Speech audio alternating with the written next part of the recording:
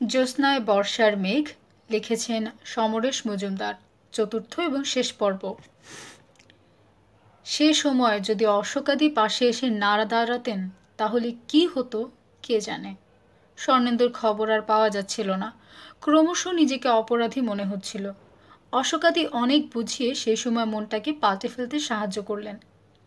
একটু একটু করে নিজেই বুঝতে পারছিল তার অনেক পরিবর্তন হয়ে গেছে।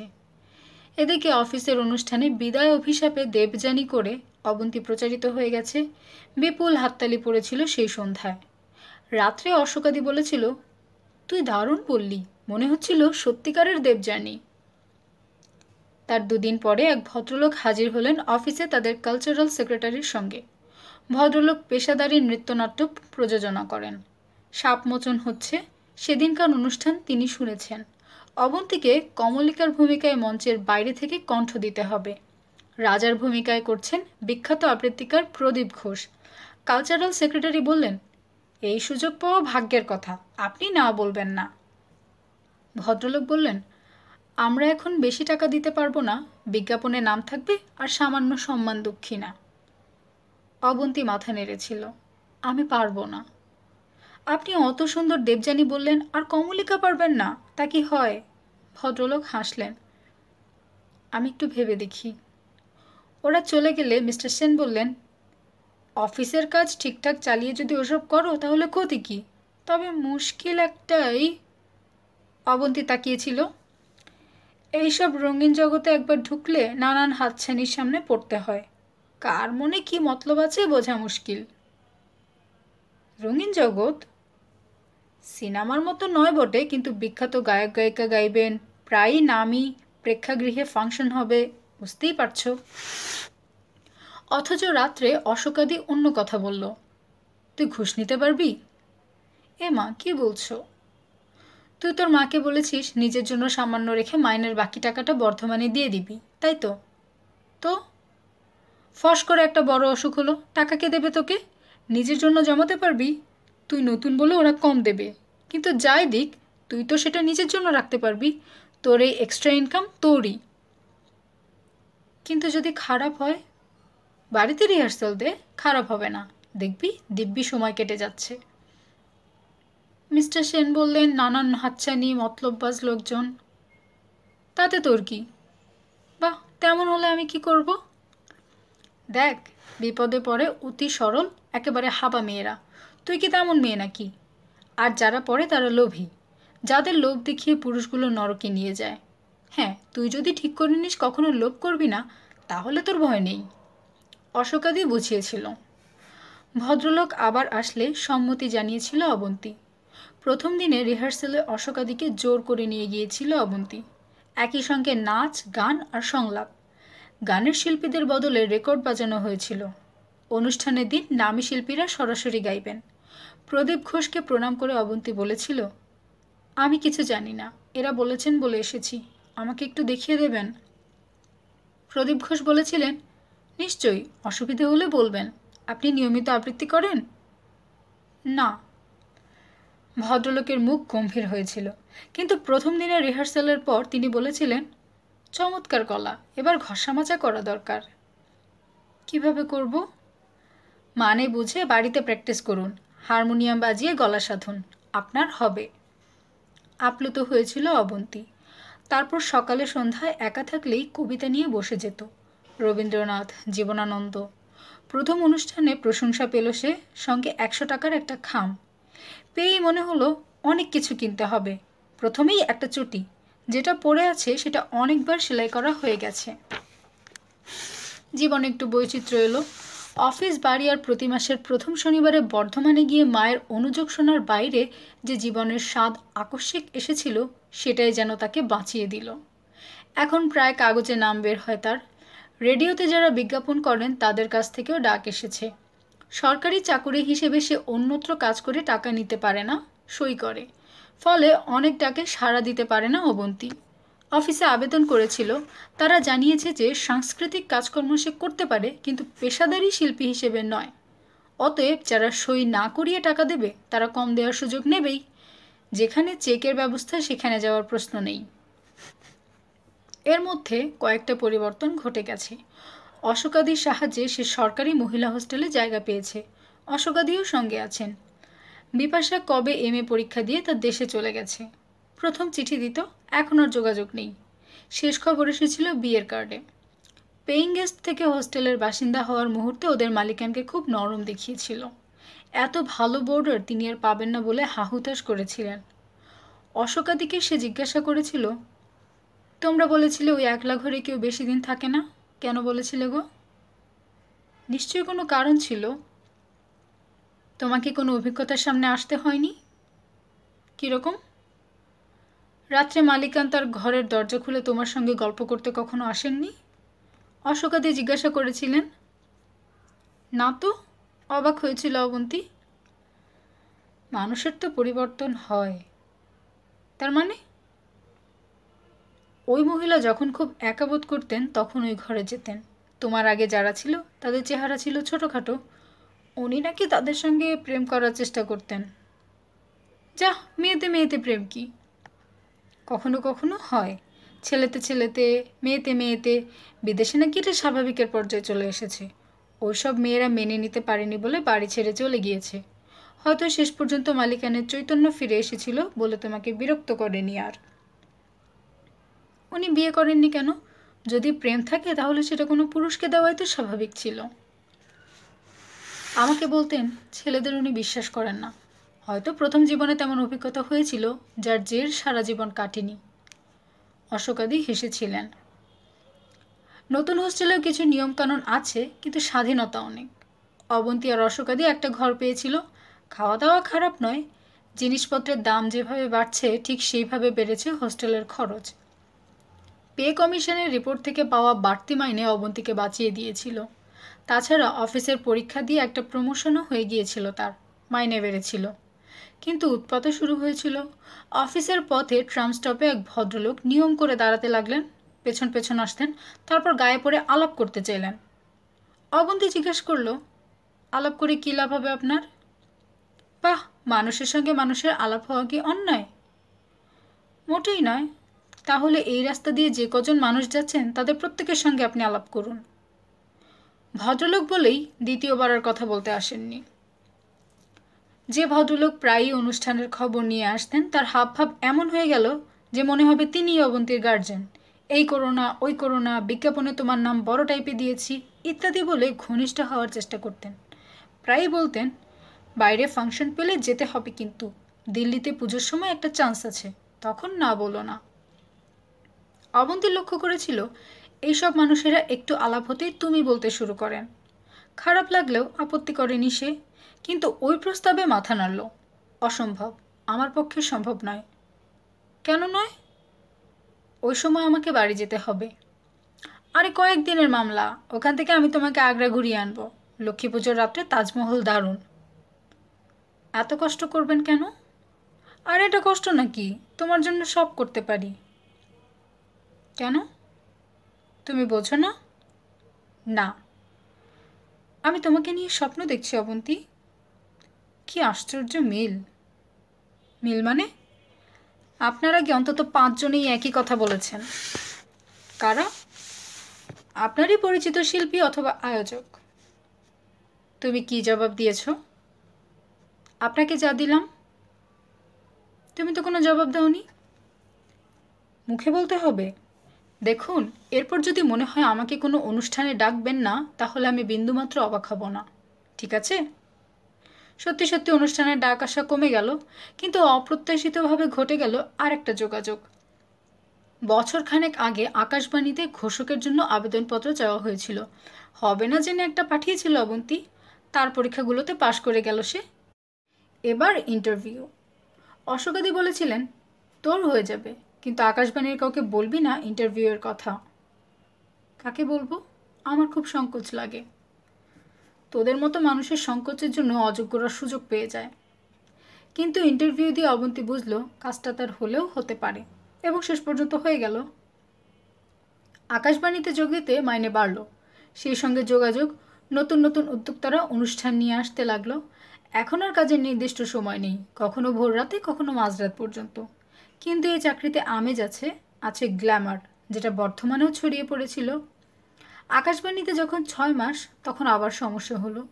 অবন্তী ডানাকাটা সুন্দরী নয়, কিন্তু ঈশ্বর মেয়েদের শরীর যেভাবে গড়লে পুরুষের চিত্ত নরম করে দেবে, ঠিক সেইভাবে গড়েছেন। সে খুব ফর্সা নয়, কিন্তু একটা চাপা আভা ছড়িয়ে থাকে তার মুখে। এইসব কারণে পথে ঘাটে অফিসে অনুষ্ঠানে লোকে তাকে ফিরে ফিরে দেখে।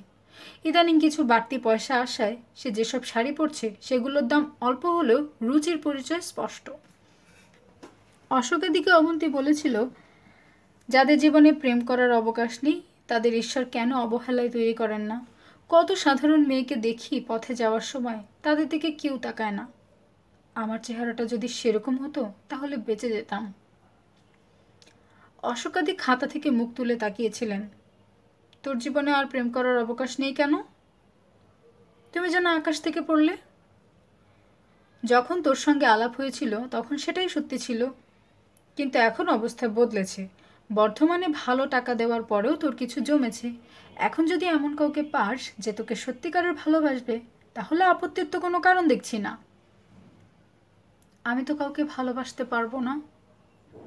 কেন? আসবে না, ভেতর থেকেই আসবে না। এটা তোর মনের ভুল। না অশোকাদি, মাটি থেকে শেকড় উপড়ে যে গাছকে ফেলে দিয়েছি তার আর কোনো অস্তিত্ব নেই। সেই গাছের নেই, কিন্তু নতুন গাছ তো জন্মাতে পারে। না, তাহলে ছোট হয়ে যাব, নিজের কাছে হেরে যাব। স্বর্ণেন্দুর কোনো খবর পেয়েছিস নাকি? না, শেষ পর্যন্ত মানুষটা আমার কথা শুনেছে বলে আমি কৃতজ্ঞ।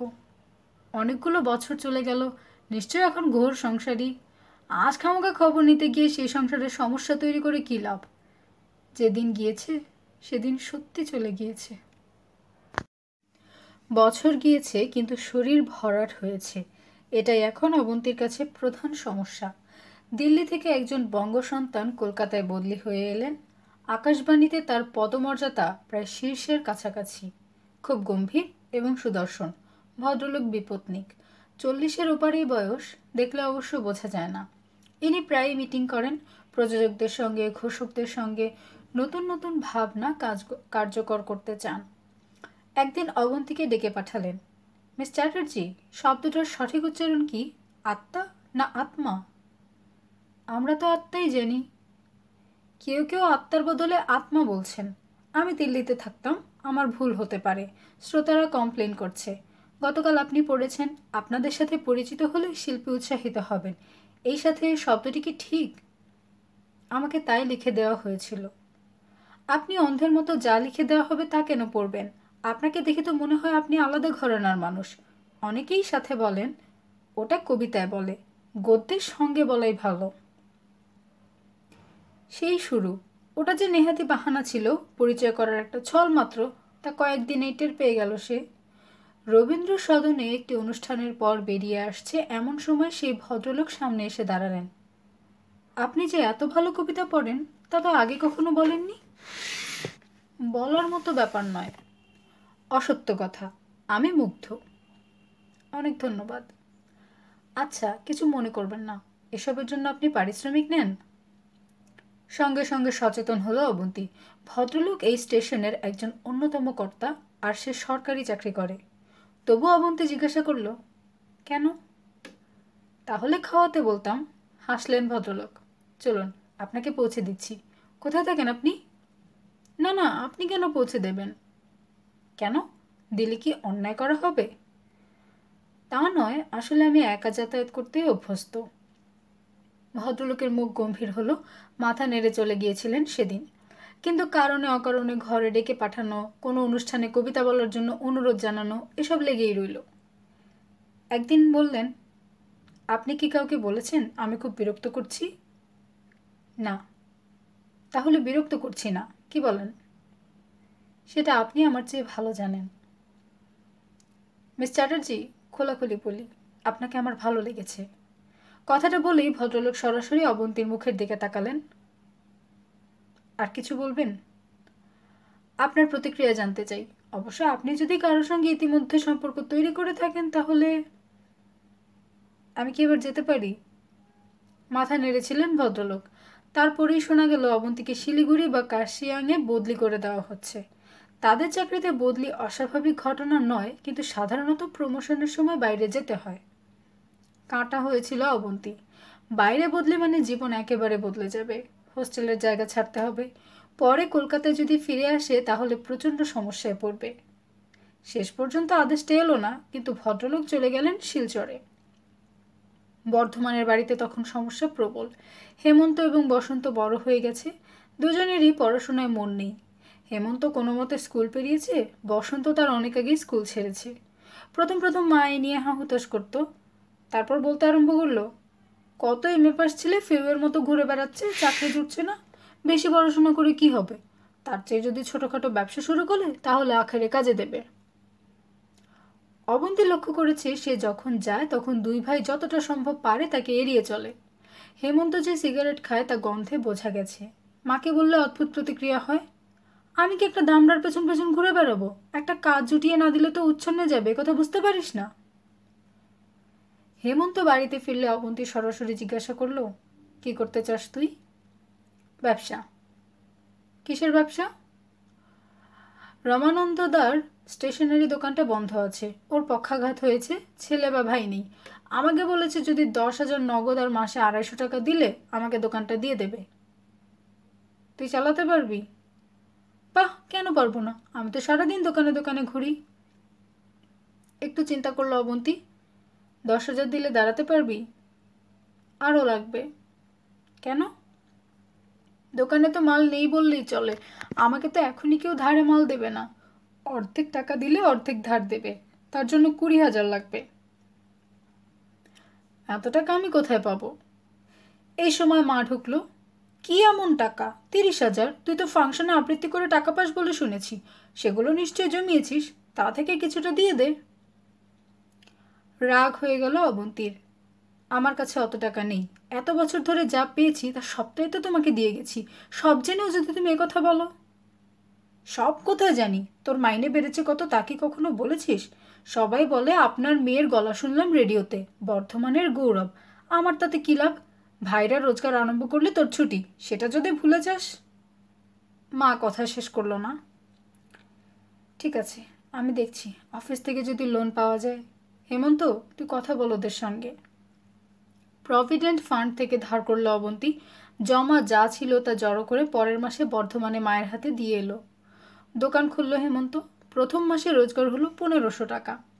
অবন্তী ভেবেছিল মা বলবে এবার 1500 টাকা কম দিলেই হবে, কিন্তু মা কিছু বলল না, বরং সংসারে যে চাহিদাগুলো এতকাল ধামাচাপা দিয়ে রাখা ছিল সেগুলোর লিস্ট নিয়ে বসলো। বছরখানেক বাদেও 1,500-এর বেশি হেমন্তর কাছ থেকে মা পেল না। অবন্তী জিজ্ঞাসা করলেই শুনতে পায়, ক্যাপিটাল না বাড়ালে ব্যবসা হয়, মাল স্টক করে যাচ্ছি। এই সময় একদিন বসন্ত এসে কলকাতায় অবন্তীর সঙ্গে দেখা করল। তাকে দেখে খুব অবাক হয়ে গেল অবন্তী। তখন বসন্ত 17-18 বছরের তরুণ, মুখ ভর্তি দাড়ি। বলল, আমি একটা সেকেন্ড হ্যান্ড অ্যাম্বাসেডর কিনবো, প্রাইভেট ট্যাক্সি করে চালাবো, হেভি প্রফিট। আমি কি করতে পারি? বাহ, তুই দাদাকে টাকা দিলে আমি কি দোষ করলাম? আমার টাকা কোথায়? আশ্চর্য, তুই দাদাকে 30 দিলি, স্টেশনারি দোকানের বিক্রি ফোটা ফোটা, জিন্দিগিতে 10,000 মাসে প্রফিট করতে পারবে না দাদা। আমি হেসে খেলে করব, আমি এতদিন গাড়ি চালানো শিখেছি, এবার লাইসেন্স বের করব। আমি তো তোকে বললাম আমার পক্ষে কিছু করা সম্ভব নয়। কেন? আমি যে প্রতি মাসে বছরের পর বছর। বলতে গিয়ে থেমে গেল অবন্তী। ও এত ছোট যে ওকে বলে কোনো লাভ নেই। সেটা সবাই করে, আমার 30 পেলেই চলে, গাড়িটা 23-এ পেয়ে যাব, কিছু টুকটাক কাজ আছে। বসন্ত ঘাড় শক্ত করল। বেশ, আমি তোকে মান্থলি 1,000 টাকা দিয়ে যাব, 30 মাসের শোধ। আমি এখনই কিছু বলতে পারছি না।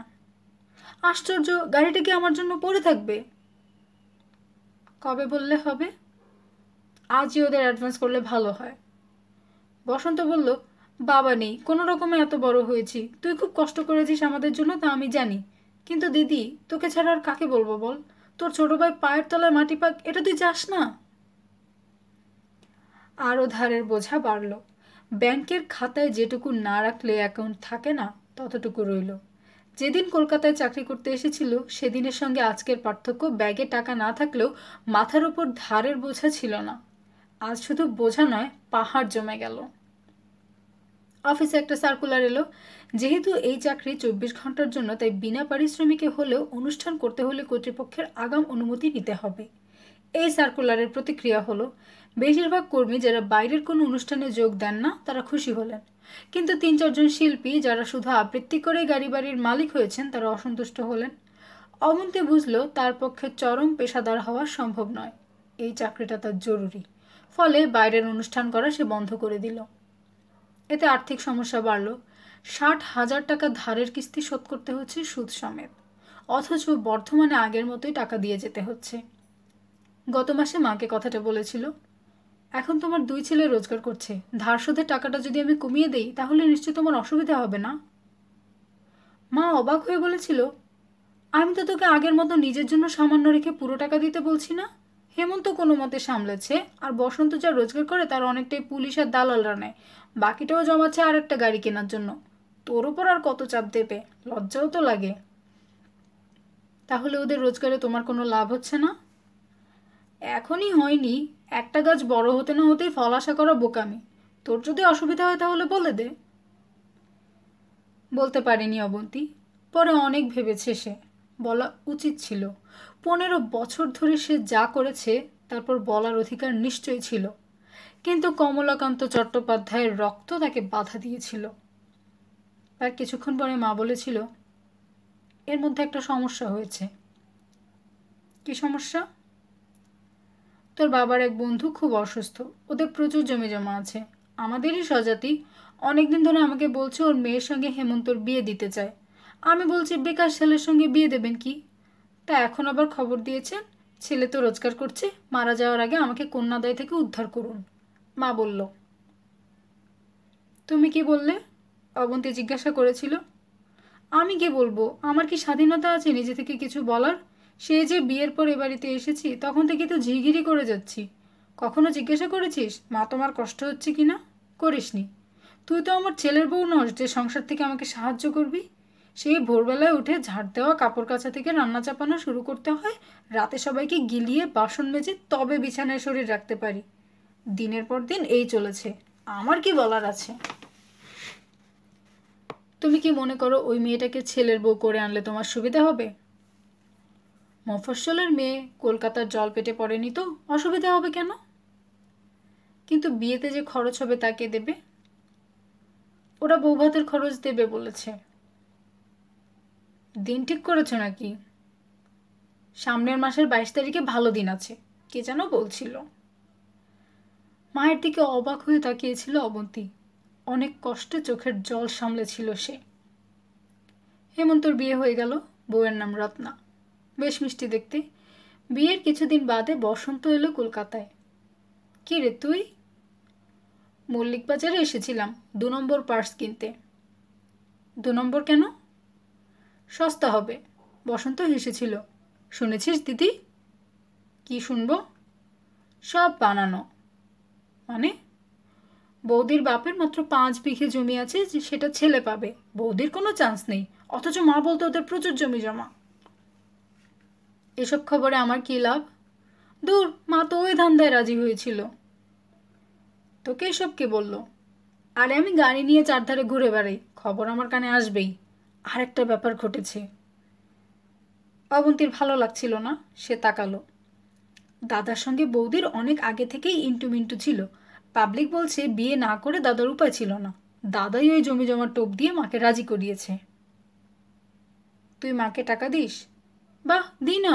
এই তো মা দাদার বিয়েতে আমি স্ট্রেট 8,000 টাকা দিলাম। তখন যদি জানতাম এই কেস তাহলে দিতাম না। প্রত্যেক মাসে দিস? আমি তো রেগুলার খাই না, যে কদিন খাই হিসেব করে দিয়ে দিই। কেন? দেখ দিদি, তুই আমাদের জন্য টাকা দিয়েছিস কারণ আমরা তো নিজের ভাই। পরের বাড়ির মেয়ে ফুর্তি করে থাকবে বলে আমি টাকা দিতে পারবো না? মাকে বলাই বললো, তাতে কি হয়েছে, স্বজাতি তো, অসবর্ণে বিয়ে করেনি, বোঝ। মাসে 1 রাতের জন্য বর্ধমানে যাওয়া অব্যাহত ছিল। হেমন্তর সঙ্গে দেখা হতো, বসন্তের সঙ্গে কখনো কখনো। রত্না সামনাসামনি ভালো ব্যবহার করত। রবিবার সকালে হেমন্ত বাজারে যেত, সেদিন দুপুরে মাংস ভাত খেয়ে কলকাতায় ফিরে যেত অবন্তী। মাংসটা রাঁধত মা, গন্ধে গা গুলালেও সেটা আর কাউকে রাঁধতে দিত না। মায়ের ঘরে শুতো অবন্তী। 3 মাসের পর রাত্রে শুয়ে মা বলল, যা আছে সব ছেলেই পাবে, বুঝলি? কি বলছো? রত্নার ভাই বিষয় সম্পত্তি পাবে। ও, তুই তো থাকিস না, মেয়েটার জিভে দাঁত আছে। জিভে দাঁত? কথা যখন বলে মনে হয় কামড়ে দেবে। ও, মেয়ে ছেলের এমন হওয়া উচিত নয়। বুঝিয়ে বলো। আমার কথা যেন শুনছে। প্রথম প্রথম কাজকর্ম করতো। মা আমাকে দিন, আপনি কেন করছেন? এখন ডাক্তারের কাছ থেকে ঘুরে আসার পর শুধু চিত হয়ে শুয়ে হাই তোলে। ডাক্তার কেন? শরীর খারাপ? হুম। মা চুপ করে রইল কিছুক্ষণ, তারপর বলল, আমি অবশ্য মুখে কিছু বলিনি। হাজার হোক এই বংশের ছেলে আসছে তো, তোর বাবার আত্মা শান্তি পাবে। মা নিঃশ্বাস ফেলল। অবন্তী অন্ধকারে মায়ের মুখ দেখতে পায়নি। মা বলল, তুই নিশ্চয় ভাবছিস এত তাড়াতাড়ি বাচ্চা হচ্ছে কি করে? বিয়ে তো মাস 3 হয়ে গেল। সংযম না থাকলে 3 মাস তো অনেক সময়, তাই না? মুখ দেখে মনে হচ্ছে ছেলে হবে। আমাকে এসব বলে লাভ কি? হঠাৎ মায়ের হাত শরীরে টের পেল অবন্তী। মা বলল, তোর কষ্টের কথা আমি বুঝি রে। এখন আমি অনেককেই বলছি, তোর বয়সের সঙ্গে মানায় যারা তাদের বেশিরভাগই দোষ পড়ে। বউ মরেছে, বাচ্চা আছে, প্রায় 50 পেরিয়ে গেছে। তেমন ভালো ছেলে পেলে আমি আর দেরি করব না। কে বিয়ে করবে? মেয়ে ছেলে যদি সংসারের স্বাদ না পায় তো জীবন মরুভূমি হয়ে যায়। তোর বয়সে কত মেয়ের বিয়ে হচ্ছে, বাচ্চা হচ্ছে। আমার জন্য তোমাকে চিন্তা করতে হবে না। কেন? আমি তোর মা নই? মাঝে মাঝে সন্দেহ হয়। হঠাৎ মা ডুকরে কেঁদে উঠল। অত রাত্রে ওই চাপা কান্নাও বেশ স্পষ্ট। নিশ্চয়ই এবারের বাসিন্দারা তা শুনতে পাচ্ছে, কিন্তু কেউ কোনো শব্দ করছে না। অবন্তী বাধা দিল না। অনেকদিন ধরে যে কথা মনে ছোবল মারত তা বের করে দিয়ে চুপচাপ শুয়ে রইল। পরদিন সকালে মা আবার স্বাভাবিক। হেমন্তকে বাজারে পাঠিয়ে মাংস আনিয়ে চমৎকার রাঁধল। সে সময় কি একটা কাজে অবন্তী রান্নাঘরের সামনে গিয়েছিল। সে দেখতে পেল দরজার বাইরে থেকে রত্না উকি মেরে ভেতরে কিছু দেখছে। তার উপস্থিতি টের পেয়ে সরে এলো রত্না। তারপর নিচু গলায় বলল, গন্ধ শুকলেও তো অর্ধেক খাওয়া হয়ে যায় না? তাই তো শুনেছি, ওটা কথার কথা। মা ঢাকনা সরিয়ে মাংসের গন্ধ শুকছেন। কথার কথা হলে অর্ধেক খাওয়া হয়নি। 3 মাসের জন্য আগরতলায় যেতে হবে। অফিসের অর্ডার। বর্ধমানে টাকা পাঠাবার ব্যবস্থা করে জানিয়ে দেওয়ার জন্য অবন্তী এক শনিবার রাত্রে পৌঁছালো। মা আশা করেনি তাকে। খবরটা শুনে মুখ ভার হলো। অবন্তী বলল, তোমার চিন্তা নেই, আমার টাকা ঠিক সময় পেয়ে যাবে।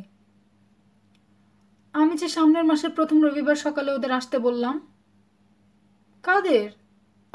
অবাক হলো অবন্তী। 3 মিনি বাস, 2 রুটের বাস, 5টা ট্যাক্সির মালিক। বয়স বলছে 48। তোর থেকে আর কত বড়। বউটা বাজা ছিল, মাস 6 হলো অ্যাক্সিডেন্টে মারা গিয়েছে। তোকে বিয়ে করতে চায়। আমাকে? হ্যাঁ, বর্ধমানেরই তো ছেলে। অনেকদিন থেকে নাকি তোকে দেখছে। একটাই দাবি, চাকরি করা চলবে না। আমি বললাম, অত সম্পত্তির যে মালিক তার বউয়ের চাকরি করার কি দরকার? ছেলের মাসি এসেছিল, বলল, আপনার মেয়ে আপনাকে যে টাকা দেয় তার অনেক বেশি, বিয়ের পরও আপনাকে দেব। সব শুনে ভালোই লাগলো। ওরা ব্যানার্জি, আসতে বলেছিলাম। তুমি পাগল হয়ে গিয়েছো মা? কেন? আমাকে আগরতলায় যেতেই হবে। তাছাড়া আমার বিয়ে করার কোনো বাসনা নেই, ইচ্ছেগুলো মরে গিয়েছে। তুই এখনো স্বর্ণেন্দ্রের কথা মনে রেখেছিস? দূর, সেসব তো কবেই তুমি শেষ করে দিয়েছ। তোর ভালোর জন্যই করেছি, নইলে এতদিনে হাড়ে দুর্ব গজিয়ে যেত। স্কুল মাস্টারের বউ হওয়ার চেয়ে। ঠিক আছে, চুপ করো, এই পাঁচালি আর ভালো লাগছে না। রাত্রে ঘুম এলো অনেক দেরিতে। অনেকদিন পরে স্বর্ণেন্দুর কথা মনে করিয়ে দিল মা। স্বর্ণেন্দু নিশ্চয়ই এখন ছেলে মেয়ের বাবা, সেটাই স্বাভাবিক। সকালে বিছানা ছেড়ে ঘর থেকে বেরিয়েই শুনল পাশের ঘরে হেমন্ত বলছে, বাজারের ব্যাগ দাও। কেন? সব তো আছে। সব মানে? আলু, পেঁয়াজ, তরকারি, মাছও আছে কয়েকটা। ওহ, দিদি এলে মাংস হয়, দিদি মাংস খেতে ভালোবাসে। দেখো নি, দিদি এলে আমি মাংস নিয়ে আসি। দাও। আজ মাংস আনতে হবে না। কেন? অত আদিক্ষেতা কিসের? যা টাকা দেয় তাতে অত মাংস হয় না। পেটে যে এসেছে তার জন্য টাকাটা জমাও। এরকম কাঁচা খোলা পুরুষ আমি জন্মেও দেখিনি। রত্না বলল। তুমি ভুলে যাচ্ছ আমার ব্যবসার টাকা দিদিই দিয়েছে। তাতে কি হয়েছে? বাপ নেই তাই রোজগারে দিদি দিয়েছে। তাই বলে যদি পাই পয়সা মিটিয়ে দিতে হয় তার চেয়ে লজ্জার কি আছে? অবন্তী আর দাঁড়ালো না, সোজা বাথরুমে চলে এসে মুখে জল দিল। অন্যের কথা আড়ি পেতে শোনা অন্যায়, কিন্তু সে তো ইচ্ছে করে শুনতে চায়নি। বাইরে বেরিয়ে এসে দেখল হেমন্ত গম্ভীর মুখে বাজারের ব্যাগ নিয়ে বেরিয়ে যাচ্ছে। সে ডাকল, হেমন্ত। হেমন্ত তাকালো। কোথায় যাচ্ছিস? বাজারে। আমার জন্য মাছ মাংস আনিস না, তোরা খেলে নিয়ে আয়। কেন? হেমন্তের মুখ শুকিয়ে গেল। আর বলিস না, ডাক্তার খেতে নিষেধ করেছে। কেন? কি জানি, কোনো রকম অ্যানিম্যাল প্রোটিন খাওয়া চলবে না, তাই আমি এখন নিরামিষ খাচ্ছি। রত্না দরজায় এলো। বাড়িতে অবশ্য মাছ আছে। না না, মাছও চলবে না। ওসব তো শুনেছি যারা ঠাকুরের ভক্ত হয় তারা করে। আমি সব ঠাকুরেরই ভক্ত। হাসার চেষ্টা করে নিজের ঘরে ঢুকে গেল অবন্তী। মা বলল, নিরামিষ খাওয়া ভালো। এই তো আমি তোর বাবা চলে যাওয়ার পর নিরামিষ খেয়ে আছি, আমার তো কোনো অসুবিধা হয়নি। একটু রোগা হয়েছি মাত্র, তা রোগা হওয়া ভালো। অবন্তী বলল, ঠিক বলেছ। সেদিন আর একটা সিদ্ধান্ত নিল অবন্তী। এখন থেকে আর প্রতি মাসে বর্ধমানে আসা বন্ধ করতে হবে। নেহাত জরুরি প্রয়োজন ছাড়া আসবে না। সকালে অবন্তী বাড়িটাকে ঘুরে দেখল। অনেক স্মৃতি এর প্রতিটি কোণে ছড়িয়ে আছে। বাড়িটার অনেক জায়গায় প্লাস্টার খসে পড়েছে, কোথাও কোথাও চির ধরেছে। স্মৃতি বোধ হয় এইভাবেই ভেঙে চুরে যায়। হেমন্ত বলল, দিদি তুই কি আজই টাকাটা পেয়ে যাবি? চেষ্টা করব। কালকেই কিছু কিছু পেমেন্ট করতে হবে। তুই এক কাজ কর, কাল দুপুর 12টায় আমার অফিসে আয়। আমি যাব? কেন, তুই টাকাটা নিয়ে আসতে পারবি না? একবার অফিসে ঢুকলে কখন ছাড়া পাবো বলতে পারছি না। তোকে যখন কালই পেমেন্ট করতে হবে তখন তুই গিয়ে টাকাটা নিয়ে আয়। ঠিক আছে। বেরোবার সময় সে কাবেরীকে ডাকলো। রত্না তোমার দিদি, ওর কথা শুনে চলবে। আসি রত্না, ভালো থেকো তোমরা। দিদি, মায়ের নিয়মভঙ্গে মাংস করতে বলে যাও। কেন? আমার মনে হয় মায়ের খুব কষ্ট হতো মাংস খেতে পারেন না বলে, ওই জন্যই মাংস করা উচিত। আপনার ভাই আপত্তি করছে। অবন্তী হেমন্তর দিকে তাকালো। তোর হাতে যেমন টাকা থাকবে তেমন করবি, যদি পারিস মাংস করিস। সেই চলে আসা। পরদিন ভাইয়ের হাতে টাকা তুলে দিয়েছিল অবন্তী। বলেছিল, এটা মায়ের জন্য আমার শেষ দেওয়া। হেমন্ত বলেছিল, আমার তো সাধ্য নেই বলে করতে পারি না। এবার থেকে যেটুকু সাধ্য সেটুকু করিস। তুই কবে আসছিস? কেন? মায়ের শ্রাদ্ধ, অথচ জিজ্ঞাসা করছিস কেন? যে শ্রাদ্ধে শ্রদ্ধা নেই সেখানে গিয়ে কি লাভ? তুই মাকে শ্রদ্ধা করিস না? না করলে তোকে সহজেই বলতে পারতাম। হেমন্ত কথা বাড়ায়নি। তারপরে কয়েকবার টাকা চেয়ে চিঠি দিয়েছে, জবাব দেয়নি অবন্তী। তার ধার শোধ হয়েছে, সামান্য হলেও জমতে শুরু করেছে। 58 হতে আর বেশি দেরি নেই। তারপর ইতিমধ্যে জীবনের দ্বিতীয় আঘাত সহ্য করতে হলো অবন্তীকে। প্রথম আঘাত যদি বাবা কমলাকান্ত চট্টোপাধ্যায়ের হঠাৎ চলে যাওয়া, তো দ্বিতীয় আঘাত অশোকাদির প্রবল যন্ত্রণা সহ্য করে মারা যাওয়া। গলায় ক্যান্সার হয়েছিল অশোকাদির। এক ঘরে থাকলেও ব্যাপারটাকে চেপে রাখার চেষ্টা করেছিলেন মহিলা। স্কুলের চাকরি শেষ হয়ে গিয়েছিল। যেহেতু এটা ওয়ার্কিং উইমেন্স হোস্টেল, তাই নোটিশ এসেছিল ছেড়ে দেওয়ার, কিন্তু অসুস্থতার জন্য কর্তৃপক্ষ চাপ দিচ্ছিলেন না। শেষ পর্যন্ত ঠাকুরপুকুরে নিয়ে যাওয়া হলো অশোকাদিকে। ডিউটির ফাঁকে প্রতিটি দিন সেখানে ছুটত অবন্তী। কথা বন্ধ হয়ে গিয়েছিল অশোকাদির। কাগজে লিখে বলতেন তার কথা। শেষবার বলেছিলেন, একা থাকিস না, কাউকে তো জীবনে নিবি না, কোনো আশ্রম বা হোমে গিয়ে থাক, রাতগুলো বড় নির্জন হয়ে যাবে রে। অশোকাদির কথাগুলো ভীষণভাবে নাড়া দিতে লাগলো অবন্তীকে। ওর জিনিসপত্র প্যাক করে রেখে দেওয়া হয়েছিল। শেষ পর্যন্ত দূর সম্পর্কের এক বোন এসে নিয়ে গেল সেগুলো। এই সময় বিজ্ঞাপনটা নজরে এলো। একজন রিটায়ার্ড মিলিটারি ডাক্তার ঝাড়গ্রামে একটি বৃদ্ধাবাস করেছেন। এতদিন তিনি নিজেই দেখাশোনা করতেন, কিন্তু অসুস্থতার জন্য একজন সাহায্যকারী দরকার তার। টেলিফোন নাম্বার দেখে ফোন করলো অবন্তী। কলকাতা থেকে ঝাড়গ্রামে ফোনের লাইন পেলেও কথা বুঝতে অসুবিধে হচ্ছিল। ভদ্রলোক তাকে ঝাড়গ্রাম গিয়ে দেখা করতে বললেন। পরের রবিবার সকালে ঝাড়গ্রামে পৌঁছে রিক্সা ধরল অবন্তী। শহর থেকে বেরিয়ে দুপাশে শাল গাছের সারি রেখে সে যখন বৃদ্ধাশ্রমে পৌঁছল তখন বেলা 10টা। অনেকখানি জায়গা জুড়ে গাছগাছালির মধ্যে আশ্রম তৈরি হয়েছে। তারের বেড়া দিয়ে জায়গাটা আলাদা করা হয়েছে। অফিসে ঢুকে ডাক্তার সাহেবের দেখা পেল অবন্তী। আপনি অবন্তী চ্যাটার্জি? বসুন, জল খাবেন? ভালো লাগলো অবন্তী। সে মাথা নেড়ে হ্যাঁ বলতেই একজন কাজের লোক জল নিয়ে এলো। সেটা খাওয়া পর্যন্ত বৃদ্ধ অপেক্ষা করলেন। তারপর জিজ্ঞাসা করলেন, আপনার বায়োডাটা নিয়ে এসেছেন? না, আমি কথা বলতে এসেছি। বলুন, কি কথা বলতে চান? আপনি কি ধরনের সাহায্য চাইছেন? বছর 10 আগে আমি এখানে বৃদ্ধাশ্রম খুলি। যেসব মানুষ একা এবং কিছুটা সঞ্চয় আছে তাদের বাকি জীবনটা আনন্দে রাখার চেষ্টায় এই আশ্রম। এখানে প্রতিটি মানুষকে মাসে 800 টাকা দিতে হয়। নিশ্চয় বুঝতে পারছেন, ওই টাকায় সারা মাসের খরচ চলে না। খরচ বলতে খাওয়া দাওয়াই নয়, ওষুধপত্র, রিক্রিয়েশন, লাইব্রেরি সবই রয়েছে। এই জন্য বাড়তি যে খরচ তা আমার একটা ট্রাস্ট থেকে দেওয়া হচ্ছে, কিন্তু এই কারণে কাউকে মনে করিয়ে দেওয়া হয় না যে তারা অন্যের দয়ায় আছেন। এখন পর্যন্ত আমরা 40 জনের ব্যবস্থা রেখেছি, যদিও এই মুহূর্তে 32 জন বৃদ্ধ এবং বৃদ্ধা রয়েছেন। আর হ্যাঁ, যে কেউ ওই টাকা দিয়ে এখানে থাকতে পারেন না। আমি ইন্টারভিউ নেই। যদি মনে করি উনি সত্যি একলা এবং 800 টাকা দেওয়ার সামর্থ্য আছে, তাহলেই তাকে সম্মানের সঙ্গে গ্রহণ করা হয়। আর কিছু?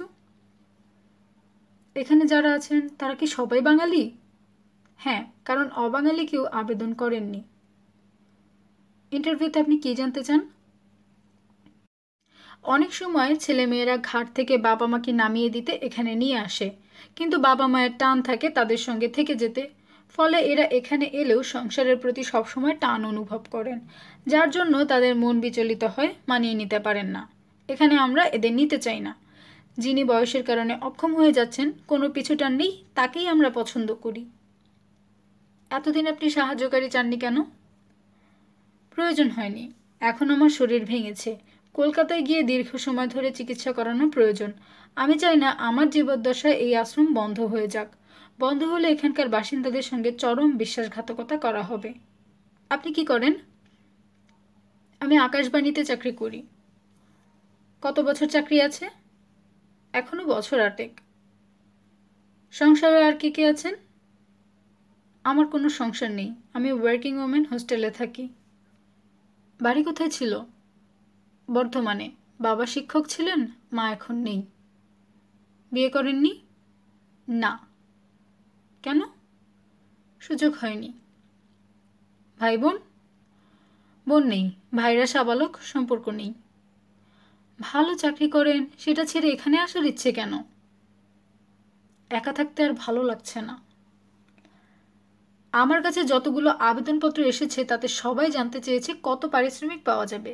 আপনি কি আশা করেন? হেসে ফেলল অবন্তী। কোনো আশা নিয়ে এখানে আসিনি। তাহলে কেন এসেছেন? বললাম তো, একা থাকতে পারছি না। আপনার নাম ঠিকানা, অফিসের ঠিকানা এখানে লিখে দিন। অবন্তী লিখল। ভদ্রলোক বললেন, এখন 11টা বাজে, ফেরার ট্রেন বেলা 2টোয়। তাহলে দুপুরের খাবার এখানেই খেয়ে যান। অবন্তী আপত্তি করল, না না, কোনো দরকার নেই। আপনি দুপুরে খান না? হেসে ফেলল অবন্তী। খাই, কিন্তু কাউকে বিব্রত করতে চাই না। বিব্রত হব বুঝলে আপনাকে বলবো কেন? চলুন আপনাকে ঘুরিয়ে নিয়ে আসি। বৃদ্ধ উঠলেন। সুন্দর সবজির বাগান করা হয়েছে, ছোট ছোট কটেজ চারপাশে, প্রত্যেকের জন্য আলাদা ব্যবস্থা। লাইব্রেরিটা মাঝখানে, খাওয়ার ঘর এবং রান্নার ঘর একপাশে। ও ডাক্তারবাবু, ইনি কে? এত অল্প বয়সে এখানে থাকতে এলেন নাকি? একজন বৃদ্ধা তার কটেজ থেকে বেরিয়ে এলেন। ভদ্রলোক বললেন, ইনি বাসন্তী দেবী, খুব সুন্দর ছবি আঁকেন। মা, এর নাম অবন্তী চট্টোপাধ্যায়। আপনাদের দেখতে এসেছেন কলকাতা থেকে। কেন, কলকাতা দেখার জিনিস আর কিছু নেই নাকি? বৃদ্ধা রেগে গেলেন। অবন্তী এগিয়ে গেল তার কাছে। মাসিমা, আমি আপনাদের দেখতে আসিনি, আমি এখানে থাকতে চাই, সেই জায়গাটাকে দেখতে এসেছি। ও, তাই বলো। তা মা, তোমার তো এমন কিছু বয়স নয়, আমার মেয়ে থাকলে তোমার বয়সী হতো। এত তাড়াতাড়ি আশ্রমে থাকতে চাও কেন? বয়সের সঙ্গে কি সমস্যার সম্পর্ক আছে মাসিমা? আপনি তো আমার চেয়ে অনেক বেশি জানেন। অবন্তী হাসল। ছাই জানি, এখনো এঁকে যাচ্ছি, কিন্তু ঈশ্বরের মুখটা ঠিক কী রকম হবে বুঝে পাচ্ছি না। বৃদ্ধা ফিরে গেলেন। আশ্রমে ডিপ টিউবওয়েল রয়েছে, সেখান থেকে পাম্প করে জল ওপরের ট্যাঙ্কে তোলা হয়। ডাক্তার সাহেব যতটা পারেন আধুনিক ব্যবস্থা করেছেন, এমনকি বড় জেনারেটরেরও ব্যবস্থা আছে। কর্মী আছেন ৮ জন। ডাইনিং রুমে খাওয়া হলো। একসঙ্গে ৫০ জন বসতে পারেন। দৃশ্যটি অদ্ভুত। যে যার কটেজ থেকে বেরিয়ে এলেন, কারো হাতে লাঠি, কেউ খুঁড়িয়ে হাঁটছেন, কেউ হনহনিয়ে। ডাক্তার সাহেব বললেন, ২ জন আজ লাঞ্চে আসতে পারবে না। একজনের জ্বর আর একজনের বাতের ব্যথা বেড়েছে, একেবারেই শয্যাশায়ী। ওদের পথ্য পৌঁছে দেওয়া হবে। এদের চিকিৎসা আপনি করেন? না, ঝাড়গ্রামের একজন ডাক্তার দুবেলা এসে দেখে যান। এমার্জেন্সি হলে আমি যাই। খাওয়ার টেবিলে অবন্তীর পাশে এক সৌম্য দর্শন বৃদ্ধ বসেছিলেন। ডাক্তার সাহেব অবন্তীর পরিচয় দিয়ে বললেন, উনি ধ্রুবজ্যোত বসু, গান করেন। একসময় HMV থেকে রেকর্ড বেরিয়েছিল। অতীতের কথা কেন টেনে আনছেন ডাক্তার? তুমি কি করো মা? আকাশবাণীতে চাকরি করি।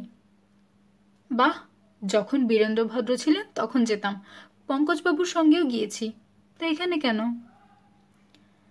ডাক্তার সাহেব বললেন, আমি সাহায্যকারী চেয়ে বিজ্ঞাপন দিয়েছিলাম, ইনি আবেদন করতে এসেছেন। তোমার মধ্যে যোগিনী ভাব স্পষ্ট। কিন্তু মা, আমরা সংসারে ছিলাম, সব ছিল, কিন্তু মায়া ছিল না। এখানে এসেছি তার সন্ধানে। তুমি সেটা দিতে পারবে তো? ধ্রুবজ্যোতিবাবু জিজ্ঞাসা করলেন। ওখানে আমিও মায়া থেকে বঞ্চিত, জানি না পারবো কি না। নদীর ধারের মানুষ জলের মূল্য বোঝে না মা, বোঝে মরুভূমির মানুষ। চলে আসার সময় ডাক্তার সাহেব বললেন, আমি সামনের মাসের ১ তারিখে কলকাতায় যাব। সকালে গিয়ে বিকেলে ফিরে আসব। তুমি এই ফোন নাম্বারে দুপুরে ফোন করো। রিকশায় বসে জায়গাটাকে ভালোবেসে ফেলল অবন্তী। ধু ধু করছে চারধারে, যেমন রোদ তেমন হাওয়া। শীতকালে যদি প্রবল শীত, গ্রীষ্মে তেমনি কড়া গরম। আশেপাশেও কোনো মানুষজন নেই, একেবারে নিজেদের মতো থাকা। ডাক্তার সাহেবের কোনো প্রতিশ্রুতি পাওয়া গেল না। সে যদি পয়সা খরচ করে থাকতে চায়, তাহলে কি থাকতে দেবেন? প্রশ্নটা করা হয়নি। এখন অবসর নিলে সে ৮০০ টাকার অনেক বেশি পাবে। সামনের মাসের ১ তারিখে প্রশ্ন করতে হবে। বিকেলে হোস্টেলে এসে অবন্তী দেখল ভিজিটার্স রুমে বসন্ত বসে আছে। সে জিজ্ঞেস করল, তুই? হ্যাঁ, দুপুরে এসেছি। বর্ধমানে গিয়েছিলি? না তো। এরা বলল তুই কলকাতার বাইরে গিয়েছিস। কি দরকার? বৌদি ঝামেলা করছে খুব, দাদার তো কোনো ভয়েস নেই। কি হয়েছে? কাবেরীকে বলেছে মাঝে মধ্যে এসে থাকতে পারো, নিজের খরচে খাবে, কিন্তু তোমার স্বামীর থাকা চলবে না। আরে, আমরা কি ওর পয়সায় খেতে যাচ্ছি? তুই একটা ব্যবস্থা কর। আমি এসবের মধ্যে নেই। তোর গাড়ির ব্যবসা তো লাটে উঠে গেছে, বিয়ে করেছিস, মেয়ে হয়েছে, কোনো দায়িত্ব নেই তোর। সেই জন্য তো বাড়িতে স্থিত হয়ে বসতে চাইছি, কিন্তু ওরা সেটা দেবে না। কেন? ওটা কি আমার বাপের বাড়ি নয়? আমার কোনো রাইট নেই? বল দিদি। বলে মামলা করো। আমিও বলেছি, তোমাদের চরিত্র সবাই জেনে গেছে। দিদির পয়সায় খেয়ে বড় হলে আবার এমন ব্যবহার করলে যে মায়ের কাজ শেষ হওয়ার আগে দিদি চলে যেতে বাধ্য হলো। বসন্ত বলে যেতে লাগলো, বৌদি কি বললো জানিস? তোমার দিদি তার মাকে টাকা পাঠাতো, মা চোখ বজার পরে তিনি হাত মুঠো করেছেন। আমরা এখন তার খাই না, পড়ি না। এসব কথা আমার ভালো লাগছে না বসন্ত। ভালো তো লাগবেই না, এত স্যাক্রিফাইস করার পর এসব শুনতে কারো ভালো লাগে না, কিন্তু ওই বাড়িতে তোরও রাইট আছে দিদি। আমার কিছু চাই না। ও, তাহলে তুই তোর অংশটা কাবেরীর নামে লিখে দে। তোকে তো মামলা করতে বলেছে। দূর, নাগরিক কমিটির সঙ্গে কথা হয়েছে, ওরা বলেছে দাঁড়িয়ে থেকে ভাগ করে দেবে। বর্তমানে থেকে নাগরিক কমিটিকে অস্বীকার করার হিম্মত চ্যাটার্জির হবে না। তুই একটা স্ট্যাম্প পেপারে লিখে দিবি? না, তোরা যখন ভাগাভাগি করছিস দুভাগ করে নে। ঠিক আছে দিদি, 100-2 টাকা দিবি, কাবেরীকে ডাক্তার দেখাতে হবে। বসন্ত হাত পাতল। কি হয়েছে কাবেরীর? মেয়েটার ভাই বোন হবে বোধহয়, উদাস গলায় বলল বসন্ত। ঠাস করে একটা চড় মারল অবন্তী। তারপর ব্যাগ খুলে দুটো 100 টাকার নোট ছুঁড়ে দিল। আর কখনো আমার কাছে আসবি না, তোরা আমার কাছে মৃত, বেরিয়ে যা এখান থেকে। টাকাটা কুড়িয়ে নিয়ে গালে হাত বোলাতে বোলাতে চলে গেল বসন্ত। ঘরে ঢুকে বিছানায় পাথরের মতো বসেছিল অবন্তী। কাবেরের মুখটা মনে পড়ছিল। এই মেয়েগুলো এত বোকা হয় কেন? ঠিক দুপুরবেলায় ফোন করলো অবন্তী। আজ 1 তারিখ। ডাক্তার সাহেব নিজেই ফোন ধরলেন। কেমন আছো তুমি? ভালো। মতের পরিবর্তন হয়েছে? না, তবে আপনি যদি আমাকে কাজটা না দেন তাহলে আশ্রমের আবাসিক হয়ে থাকতে দেবেন কি? ওখানে একটা এজ বার আছে, অন্তত 58 হতে হবে। তোমার সম্পর্কে সব খবর পেয়েছি। কত টাকা চাও? 1 পয়সাও চাই না। অনেক ধন্যবাদ। তুমি রেজিগনেশন লেটার দাও। ওসব করতে সময় লাগবে কতদিন? মাসখানেক। বেশ, সব শেষ করে চলে এসো। আপনি আমাকে আপনার সাহায্যকারীর কাজটা দিচ্ছেন? চিৎকার করে উঠল অবন্তী। সে বিশ্বাস করতে পারছিল না। সরি, অত ভালো আবৃত্তি যে করে তাকে সহকারীর পদ দেয়া যায় না। তাছাড়া সহকারী মানে মাথার ওপর সবসময় একজন থাকবে যাকে সাহায্য করতে হবে। তোমাকে দিন 15 দেখিয়ে দেওয়ার পর আমি কলকাতায় চলে আসব, মাঝে মাঝে যাব। অতএব তোমাকে একাই সব সামলাতে হবে।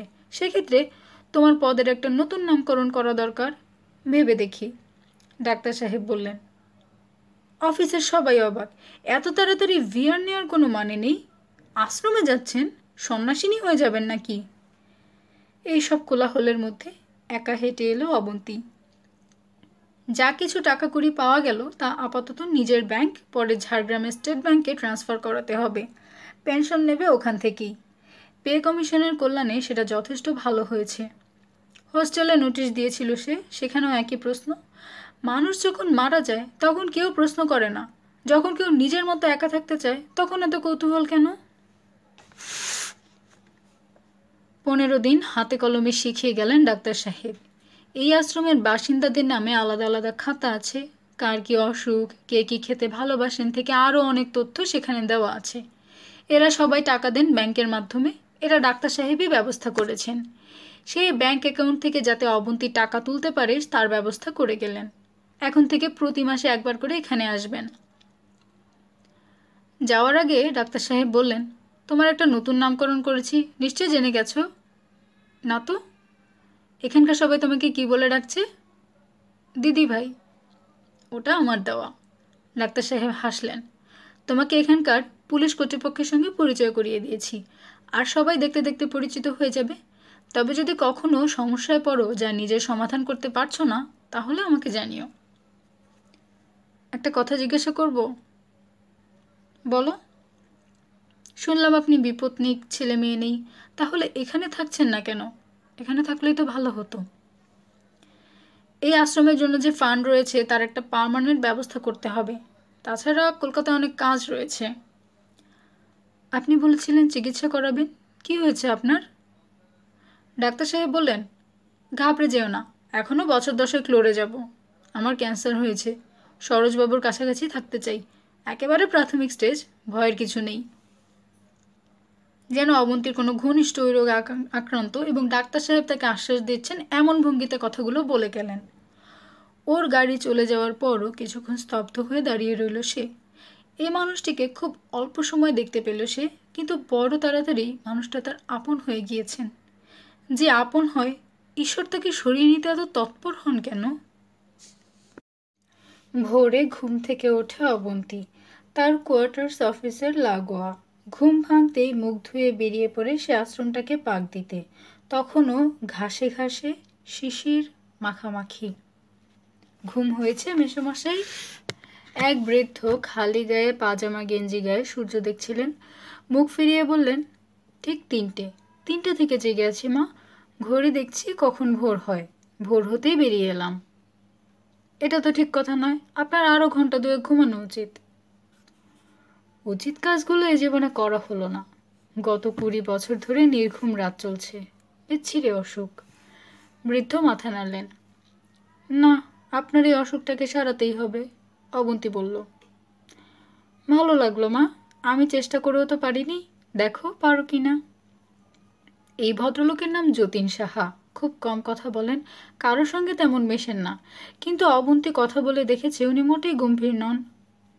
আর একটু এগোতেই এক বৃদ্ধাকে দেখতে পেল, থুরথুরিয়ে হাঁটছেন।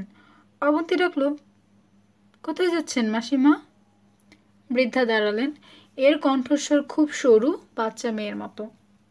মর্নিং ওয়াক করছি। ওহো, আমি জানি কোথায় যাচ্ছেন আপনি। হেসে ফেললেন বৃদ্ধা। না গেলে মনটা ভালো লাগে না। সকাল বিকেল এই সময়টায় যা কিছু গপ্প হয়, তারপর ফিরে এসে স্নান করে পুজোয় বসতে হবে। একটু থেমে বললেন, তুমি মা খুব ভালো, চলুন আপনার সঙ্গে যাই। আমার হাতটা ধরো। ওরা এগিয়ে গেল। একটা গাছের নিচে বাঁধানো বেদির ওপর আরও 4 জন বৃদ্ধা বসে আছেন। একজন চেঁচিয়ে বললেন, ও নলিনীদি, তুমি দেখছি পথ চেনো না, তোমায় হাত ধরে নিয়ে আসতে হচ্ছে। নলিনীদি তার সরু গলায় চেঁচিয়ে উঠলেন, আমার হাত ধরে তুমি নিয়ে চলো সখা, আমি যে পথ চিনি না। 2 লাইন গেয়ে বললেন, আমার সখাকে নিয়ে এলাম। একজন বললেন, ও মা, এ কি কথা, সখা কেন, সখী বলো। সবাই হেসে উঠল। প্রথমজন বললেন, যাই বলো নলিনীদি, তোমার সাহস খুব বেড়ে গেছে। ভুল সুরে গিয়েছো বলে গত সপ্তাহে ধমক খেয়েছো, মনে নেই? মাস্টার মশাই কাছে থাকলে হয়ে যেত। অবন্তী জিজ্ঞাসা করলো, মাস্টার মশাই কে মাসিমা? নলিনী বললেন, ওই যে ধ্রুবজ্যোতিবাবু। নিজে ভালো গান তো, তাই কেউ ভুল গাইলে উনি রেগে যান। আমার বাবা সব সুর এখন মনে আছে, সারা জীবন গলা খুলে গাইবার সুযোগ হয়নি। প্রথমজন বললেন, এই মেয়েটা, তোর মতলব কি বলতো? কেন মাসিমা? অবন্তী তাকালো। তুই সবাইকে মাসিমা মাসিমা বলিস, আমরা এখানে 5 জন বসে আছি, মাসিমা বললে কে সাড়া দেবে? দ্বিতীয়জন বললেন, মাসিমা 1, মাসিমা 2 করে নাও। না না, মাসিমা মানে মায়ের বোন, তার মানে সম্পর্কটা আর একজনকে কেন্দ্র করে হলো। কি দরকার, তুই আমাদের দিদি বলবি, নাম ধরে দিদি। অবন্তী লজ্জা পেল। সে কি, আপনারা আমার কত বড়। কি মেয়ে গো, দেখেছো তোমরা, আমাদের বড় বানিয়ে নিজে ছুরি সেজে থাকতে চেয়েছে। ওই তো তোর মাথায় একাত্তা চিকচিক করছে, করছে না? তাছাড়া তুই বিয়ে করিসনি, তুই আমাদের বোন। নলিনী বললেন, ঠিক কথা, আমি তবু আপেল খেয়েছি, সেটা টক না মিষ্টি তা বুঝেছি, তুই তো সেসব বুঝলি না। তৃতীয়জন বললেন, স্বাদের কথা যখন উঠলো তখন বলি, রোজ রোজ আর কাটা পোনা খেতে ইচ্ছে করছে না ভাই। চতুর্থজন বললেন, এত করে বলি একটু ঝাল দিও, তবু ঠাকুর কথা শোনে না। প্রথমজন বললেন, তুই থাম, সারা জীবন ঝাল খেয়ে খেয়ে পেটে ঘা করেও নোলা গেল না।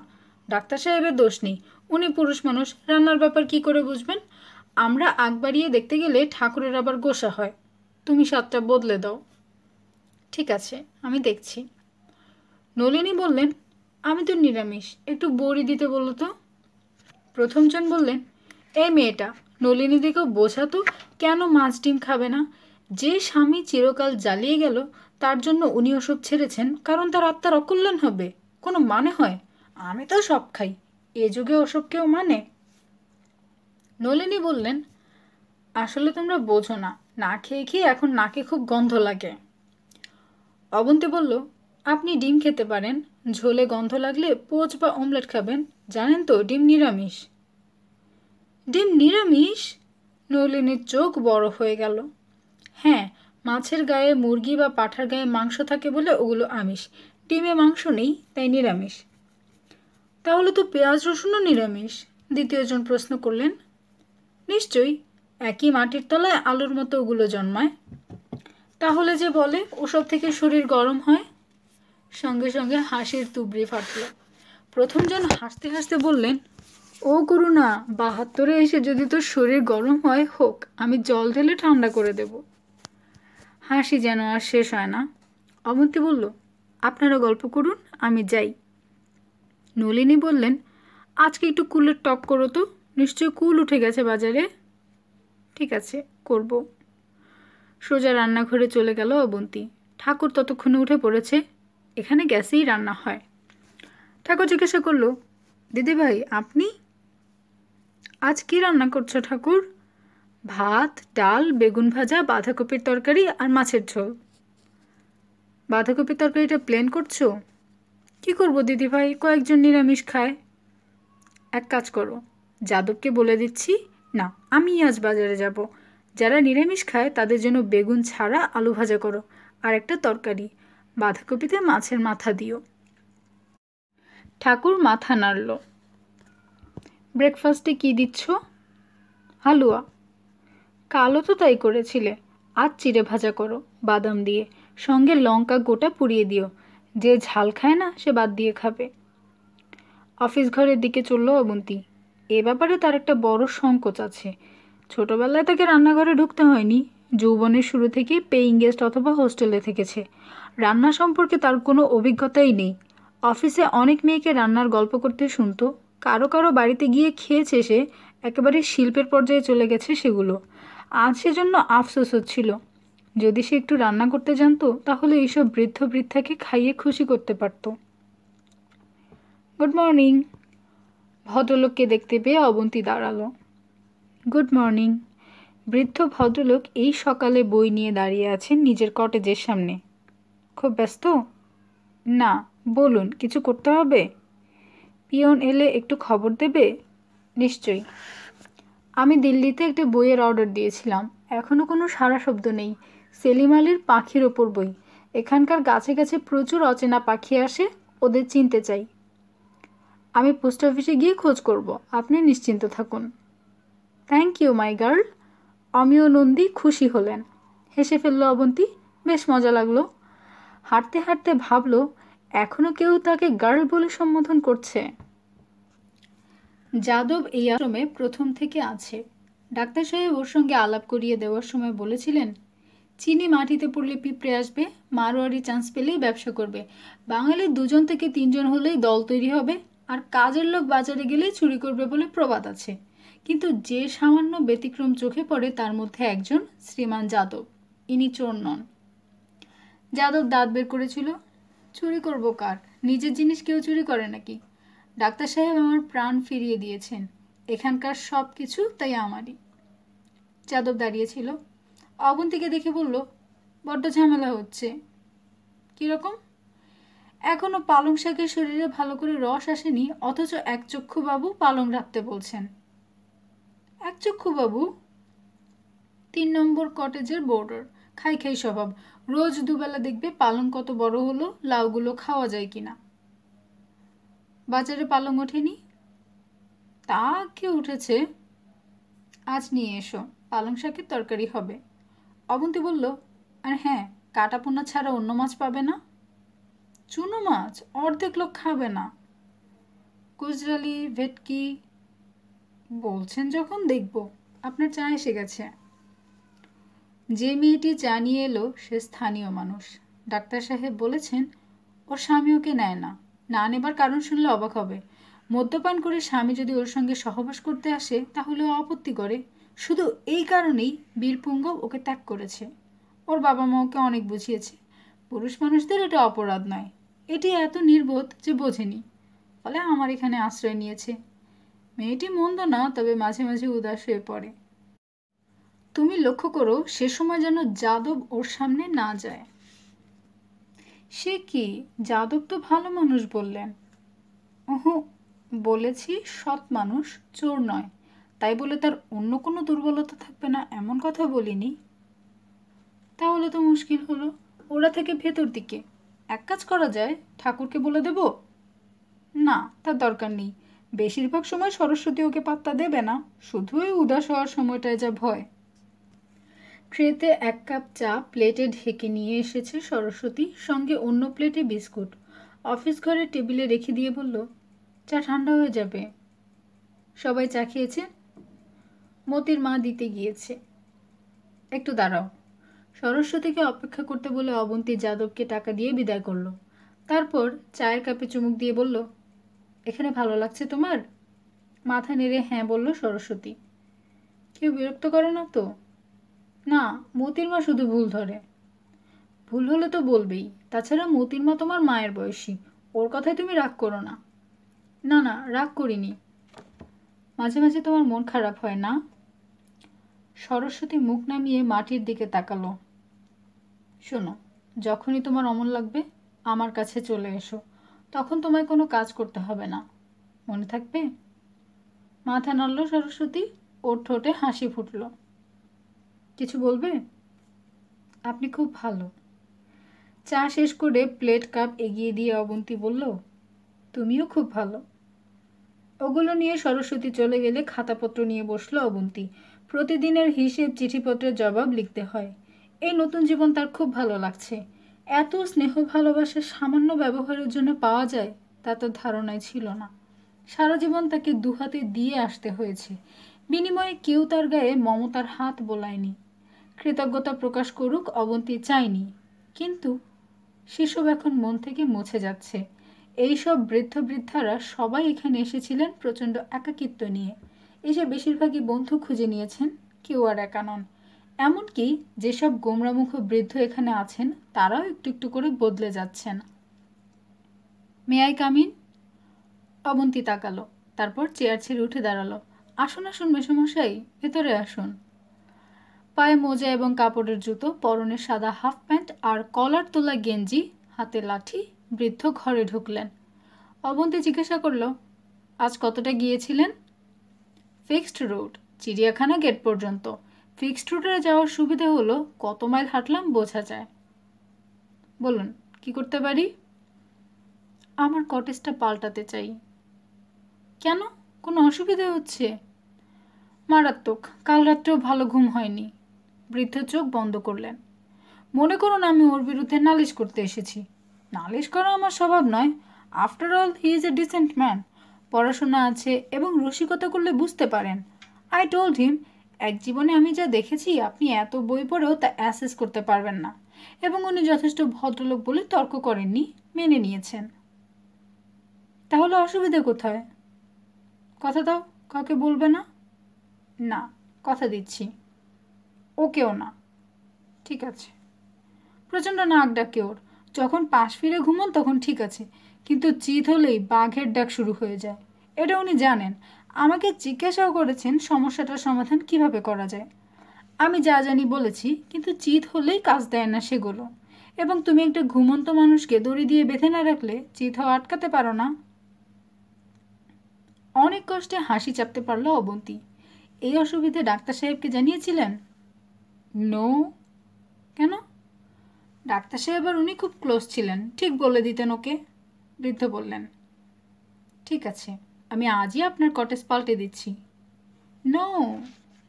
তার মানে? তুমি যদি কোনো কারণ না দেখিয়ে পাল্টে দাও তাহলে উনি ঠিক অনুমান করবেন আমি কমপ্লেন করেছি। আরে ওর তো কোনো দোষ নেই, ঘুমন্ত মানুষ কি করে জানবে? তুমি বরং অন্য কোনো অজুহাত খুঁজে বের করো, বুঝেছ? চেষ্টা করব। ওয়েল, কেমন লাগছে এখানে এসে? বৃদ্ধ উঠলেন। খুব ভালো। ডাক্তার এলে বলো তো আমার কাছে যেতে। উনি যান না? মাঝে মাঝে যায় না, বলে অফিসে নোট না করালে যাওয়ার কোনো মানে হয় না। কথাটা ঠিক, যে সুস্থ তার কাছে অনর্থক কেন যাবে? বৃদ্ধ বেরিয়ে গেলেন। কি করে সমস্যার সমাধান করা যায়? এই যে মেয়ে, এসব কি হচ্ছে? আশ্রমটা তো নরক হয়ে যাবে এবার। বলতে বলতে বেটে খাটো এক বৃদ্ধা ঢুকলেন। কি হয়েছে মাসিমা? শুনলাম আমাদের পেঁয়াজ রসুন খাওয়াবে, শরীর গরম হলে গায়ে জল ঢেলে দেবে। কথাটা তোমার মুখ থেকে শুনতে এলুম। আপনার যা ইচ্ছে তাই খাবেন। তার মানে কথাটা সত্যি নয়? চোখ ছোট করলেন বৃদ্ধা। যার ইচ্ছে তিনি ওগুলো খেতে পারেন। যিনি ভাবছেন কি করবেন তিনি আলোচনা করে সিদ্ধান্ত নেবেন। আর আপনার মতো যারা খাবেন না বলে সিদ্ধান্ত আগেই নিয়েছেন তাদের কোনোভাবেই বিব্রত করা হবে না। অবন্তী বলল, দেখেছ করুণাটার কাণ্ড, আমাকে একেবারে মিথ্যে কথা বলল। আর আমারও মরণ হয় না। যত বয়স হচ্ছে তত কান পাতলা হয়ে যাচ্ছে।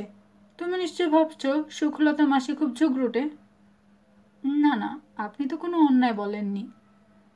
তোমার সঙ্গে কথা বললে মন জুড়িয়ে যায়। 18 বছরে বিয়ে হয়েছিল, বিধবা হয়ে বাপের বাড়ি এলো। খুব গোড়া বাড়ি। কেউ কেউ বাবাকে বলেছিল মেয়ের আবার বিয়ে দাও।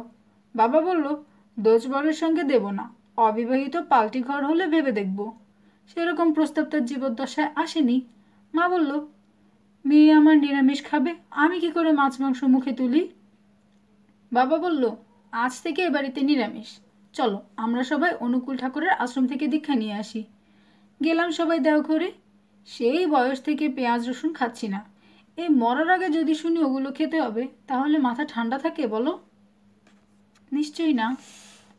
তবে হ্যাঁ, ঠাকুরবাটা বড্ড ঝাল কম দেয়। বিধবার জিভে ঝাল ছাড়া আর কিসের স্বাদ আসবে বলো? চলি, আমার ঠাকুরের বিছানা তোলা হয়নি। পোড়া কপাল, ঠাকুর সেবার আগে নিজের নোলার কথা ভেবে মরছি। বৃদ্ধা চলে গেলেন। বিকেলবেলায় লাইব্রেরিতে গিয়েছিল অবন্তী। যে বৃদ্ধার লাইব্রেরি দেখাশোনা করেন তার নাম বনানী মাসিমা। তিনি অনুযোগ করলেন, মেয়েরা এত বই পড়ে বুঝলে আমি তো সাপ্লাই দিয়ে শেষ করতে পারছি না। চোখের 12টা বেজে গেছে, চশমার পাওয়ার এত এত, তবু বই পড়া চাই। ভালো তো। ভালো? বছরে 5,000 টাকার বেশি বই কিনতে পারি না, ওটাই বাজেট। ডাক্তার সাহেব অনেক চেষ্টায় এই টাকার ব্যবস্থা করেছেন। আজকাল বইয়ের যা দাম বেড়েছে, 5,000 টাকায় কটা বই হয়? আপনি খুব পড়েন না? কোথায় আর পড়ি, পৃথিবীর কত বই পড়া হলো না। ইংরেজি যদি ভালো জানতাম। বনানী মাসির নিঃশ্বাস পড়ল। এর কোনো শেষ নেই বনানী দেবী। অমিয় নন্দী বই হাতে ঘরে ঢুকলেন। আমি ফ্রেঞ্চ জানি না, জানলে ওদের সাহিত্য পড়তে পারতাম। আবার ফ্রেঞ্চ জানলে রাশিয়ান লিটারেচার সম্পর্কে হাহুতাশ করতাম। বইটা ফেরত নিন। বনানী মাসিমা যখন খাতায় লেখালেখি করছেন, তখন নলিনী মাসিমার নেতৃত্বে কয়েকজন বৃদ্ধা হৈ হৈ করে ঢুকলেন। এই যে মেয়ে, আজ তোমাকে ছাড়ছি না। কেন? আমি কি করলাম? খুব অন্যায় করেছ। সুখলতা মাসিমা চেঁচিয়ে উঠলেন। খবরটা আমাদের কাছে চেপে গেছ। এবার একটা আবৃত্তি শোনাও। না না, আপত্তি করল অবন্তী। কিন্তু ওরা কেউ কথা শুনতে চাইলেন না। অমিয়ানন্দী বললেন, তাহলে আমার প্রস্তাব খোলা আকাশের তলায় হোক, আজ চাঁদ উঠবে, কাল পূর্ণিমা। সবাই হৈ হৈ করে বেরিয়ে এলো। দেখতে দেখতে অন্য কটেজের বাসিন্দারা সেই ভিড়ে ভিড় বাড়ালো। অবন্তী বলল, অনেকদিন বলি না, আপনারা বলছেন বলে, কিন্তু নলিনী মাসি, আপনাকে গান শোনাতে হবে। সবাই চিৎকার করে কথাটাকে সমর্থন করলো। শুধু দূরে দাঁড়ানো ধ্রুবজ্যোতিবাবু চাপা গলায় বললেন, আমার আপত্তি আছে। তখন আলো মরে এসেছে, কিন্তু চরাচর জীবন্ত করতে চাঁদ উঠে বসলো একটু আগেই। এখনো তার আলো পৃথিবীতে পৌঁছায়নি। কিরকম আদুরে আদুরে হয়ে গেল পৃথিবীটা। অবন্তী চোখ বন্ধ করলো। তারপর লাইনগুলো ভেবে নিয়ে আবৃত্তি শুরু করলো। সারাদিন মিছে কেটে গেল, সারা রাত বড্ড খারাপ। নিরাশায় ব্যর্থতায় কাটবে জীবন, দিন রাত, দিনগত পাপ। আবৃত্তি শেষ হতেই বনানী মাসি বললেন, না দিদি ভাই, এ তো মন খারাপের কবিতা। মন ভালো করার একটা না বললে তোমার নিস্তার নেই। কি ভালো গলা। সবাই সোল্লাসের সমর্থন করলো বনানী মাসিকে। আজকে অনেক দিন পরে আমি বিকেলবেলায় তোমাকে পেলাম কাছে। শেষ রোদ এখন মাঠের কোলে খেলা করে, নেভে। কবিতা যখন শেষ হলো, তখন চাঁদ বিছিয়ে দিয়েছে জ্যোৎস্না। গাছের পাতায় চিরুনির মতো বাতাস বয়ে যাচ্ছে। নলিনী মাসি আচমকা গান ধরলেন। আজ তোমাকে দেখতে এলেন অনেক দিনের পরে।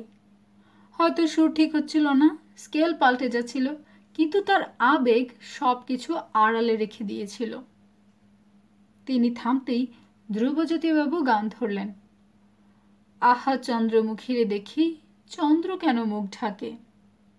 তার কণ্ঠ এখনো পরিশীলিত, কাজগুলো স্পষ্ট। সন্ধেটা কেটে গেল চমৎকার। শেষ পর্যন্ত অবন্তী হাত জোর করল। রাত হয়েছে, এবার খেতে যেতে হবে। বেচারারা সারাদিন পরিশ্রম করেছে, এবার ওদের ছুটি দেওয়া দরকার। এই আসর ভেঙে উঠে যেতে কারো তেমন ইচ্ছে ছিল না, কিন্তু যেতে হলো।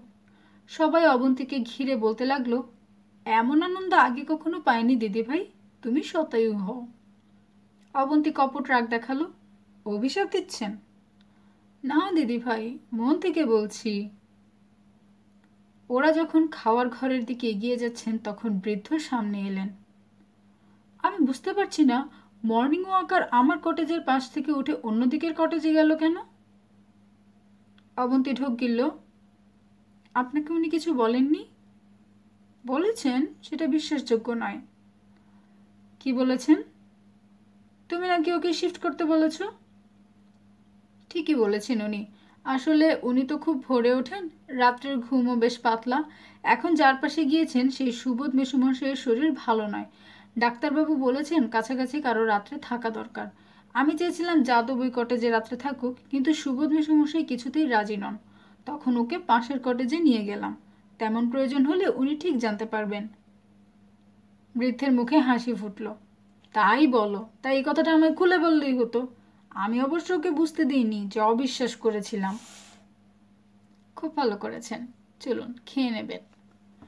পাশাপাশি হাঁটতে হাঁটতে বৃদ্ধ নিচু গলায় জিজ্ঞাসা করলেন, আচ্ছা, তুমি তো সবে কলকাতা থেকে এলে, নাক ডাকা বন্ধের কোনো ওষুধ বেরিয়েছে কিনা জানো? না মেসোমশাই, তবে আমি একজন বিখ্যাত ইএনটি স্পেশালিস্ট ডাক্তারকে চিনি, তাকে চিঠি লিখে জানাতে পারি। প্লিজ। মাঝরাতে ঘুম ভেঙে গেল অবন্তীর। বুকের ভেতর প্রচণ্ড চাপ, নিঃশ্বাস নিতে কষ্ট হচ্ছে।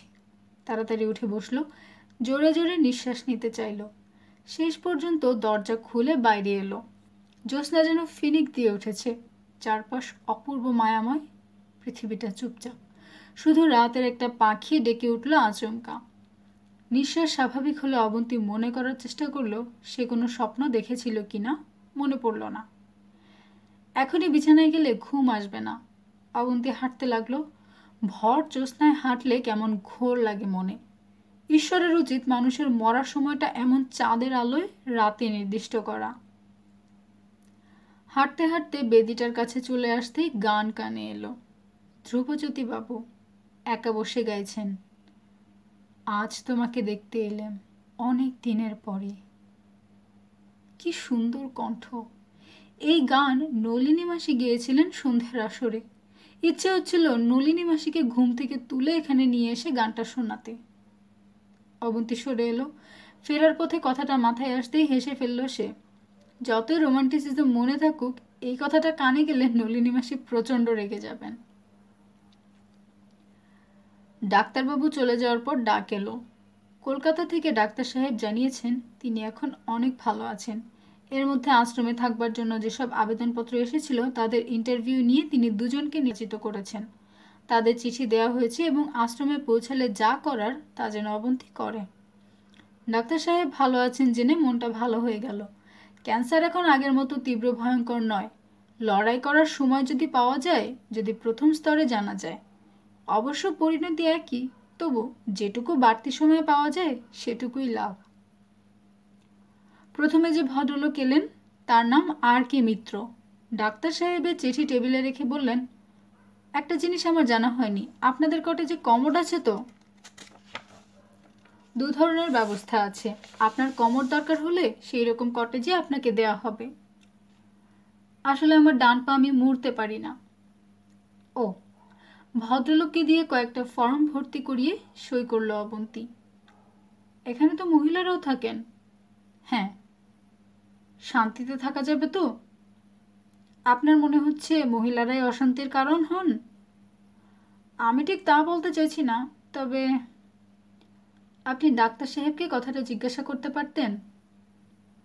আমি ভেবেছিলাম ওদের আলাদা থাকার জায়গা। গেটে দেখলাম সবাই একসঙ্গে ঘুরছেন। ম্যানেজার যখন আপনি, তখন আপনি স্থির করুন কি করবেন। ঠিক আছে, দেখা যাক। অসুবিধা হলে এই আশ্রম ছেড়ে যেতে তো কোনো অসুবিধে নেই। ভদ্রলোককে নতুন কটেজে ব্যবস্থা করে দিয়ে এসে ডাক্তার সাহেবকে ব্যাপারটা জানিয়ে চিঠি লিখল অবন্তী। সেই সঙ্গে নবাগতের নামে খাতা তৈরি, ওর সম্পর্কে যা লেখা লিখে এটিও সংযোজন করল। অবন্তীর মনে হলো এই ভদ্রলোক খুব শিগগির সমস্যা তৈরি করবেন। পরদিন অফিস ঘরে বসে কথা বলছিলেন অমিয় নন্দী এবং ধ্রুবজ্যোতিবাবু। তারা নবাগতের প্রশংসা করছিলেন। চমৎকার বেহালা বাজান নাকি ভদ্রলোক। এই সময় রিকশা এলো। অবন্তী দেখল পাকা দাড়িওয়ালা এক ভদ্রলোক রিকশা থেকে নামছেন, পরনে পায়জামা পাঞ্জাবি, মাথায় টাক। অমিয়বাবু বললেন, আমাদের আরেকজন মেম্বার বাড়ল। জিনিসপত্র রিক্সাওয়ালা নামিয়ে দিয়ে চলে যাওয়ার পর ভদ্রলোক অফিস ঘরের দরজায় এলেন। আসতে পারি? বিলক্ষণ, আসুন। ইনি আমাদের দিদিভাই, এরই দায়িত্বে আমরা আছি। বসুন, কথা বলুন। অবন্তী দেখল রোগা একটু কুঁজো হওয়া লোকটির ঠোঁটে সামান্য হাসি এসেই মিলিয়ে গেল। তিনি চেয়ারে বসে একটা খাম এগিয়ে দিয়ে বললেন, আমি আবেদন করেছিলাম, আমাকে কলকাতায় কর্নেল সাহেব দেখা করতে বলেছিলেন, করেছিলাম। তার এই অনুমতিপত্র পেয়ে তাকে টাকা পাঠিয়ে দিয়েছি। খামটা খুলল অবন্তী। ডাক্তার সাহেবের অনুমতিপত্র। চিঠির উপর নাম দেখে বুকে ড্রাম বাজতে লাগলো তার। এস সেনগুপ্ত, ঘুষকরা, বর্ধমান। ধ্রুবজ্যোতিবাবু জিজ্ঞাসা করলেন, কোত্থেকে আসছেন? ঘুষকরা। কি করা হতো? স্কুলে পড়াতাম। সংসারে কেউ নেই নিশ্চয়ই? না, মা ছিলেন, 10 বছর আগে চলে গেলেন। গান টান করা হয়? না, সে গুণ নেই। তারপর অবন্তীর দিকে তাকিয়ে তিনি জিজ্ঞাসা করলেন, কি করতে হবে আমাকে? কয়েকটা ফর্ম বের করে অবন্তী বলল, এগুলো ভর্তি করে সই করুন। আশ্রমের নিয়মাবলী কটেজের দেওয়ালে টাঙানো রয়েছে, দেখে নেবেন। এ মাসের টাকা যখন দেওয়া হয়ে গেছে তখন সামনের মাসেটা 3 তারিখের মধ্যে দিলেই চলবে।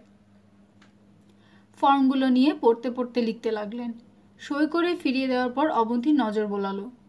দুর্ঘটনা বা মৃত্যুর খবর কাকে দিতে হবে কলমটায় উনি কেটে দিয়েছেন।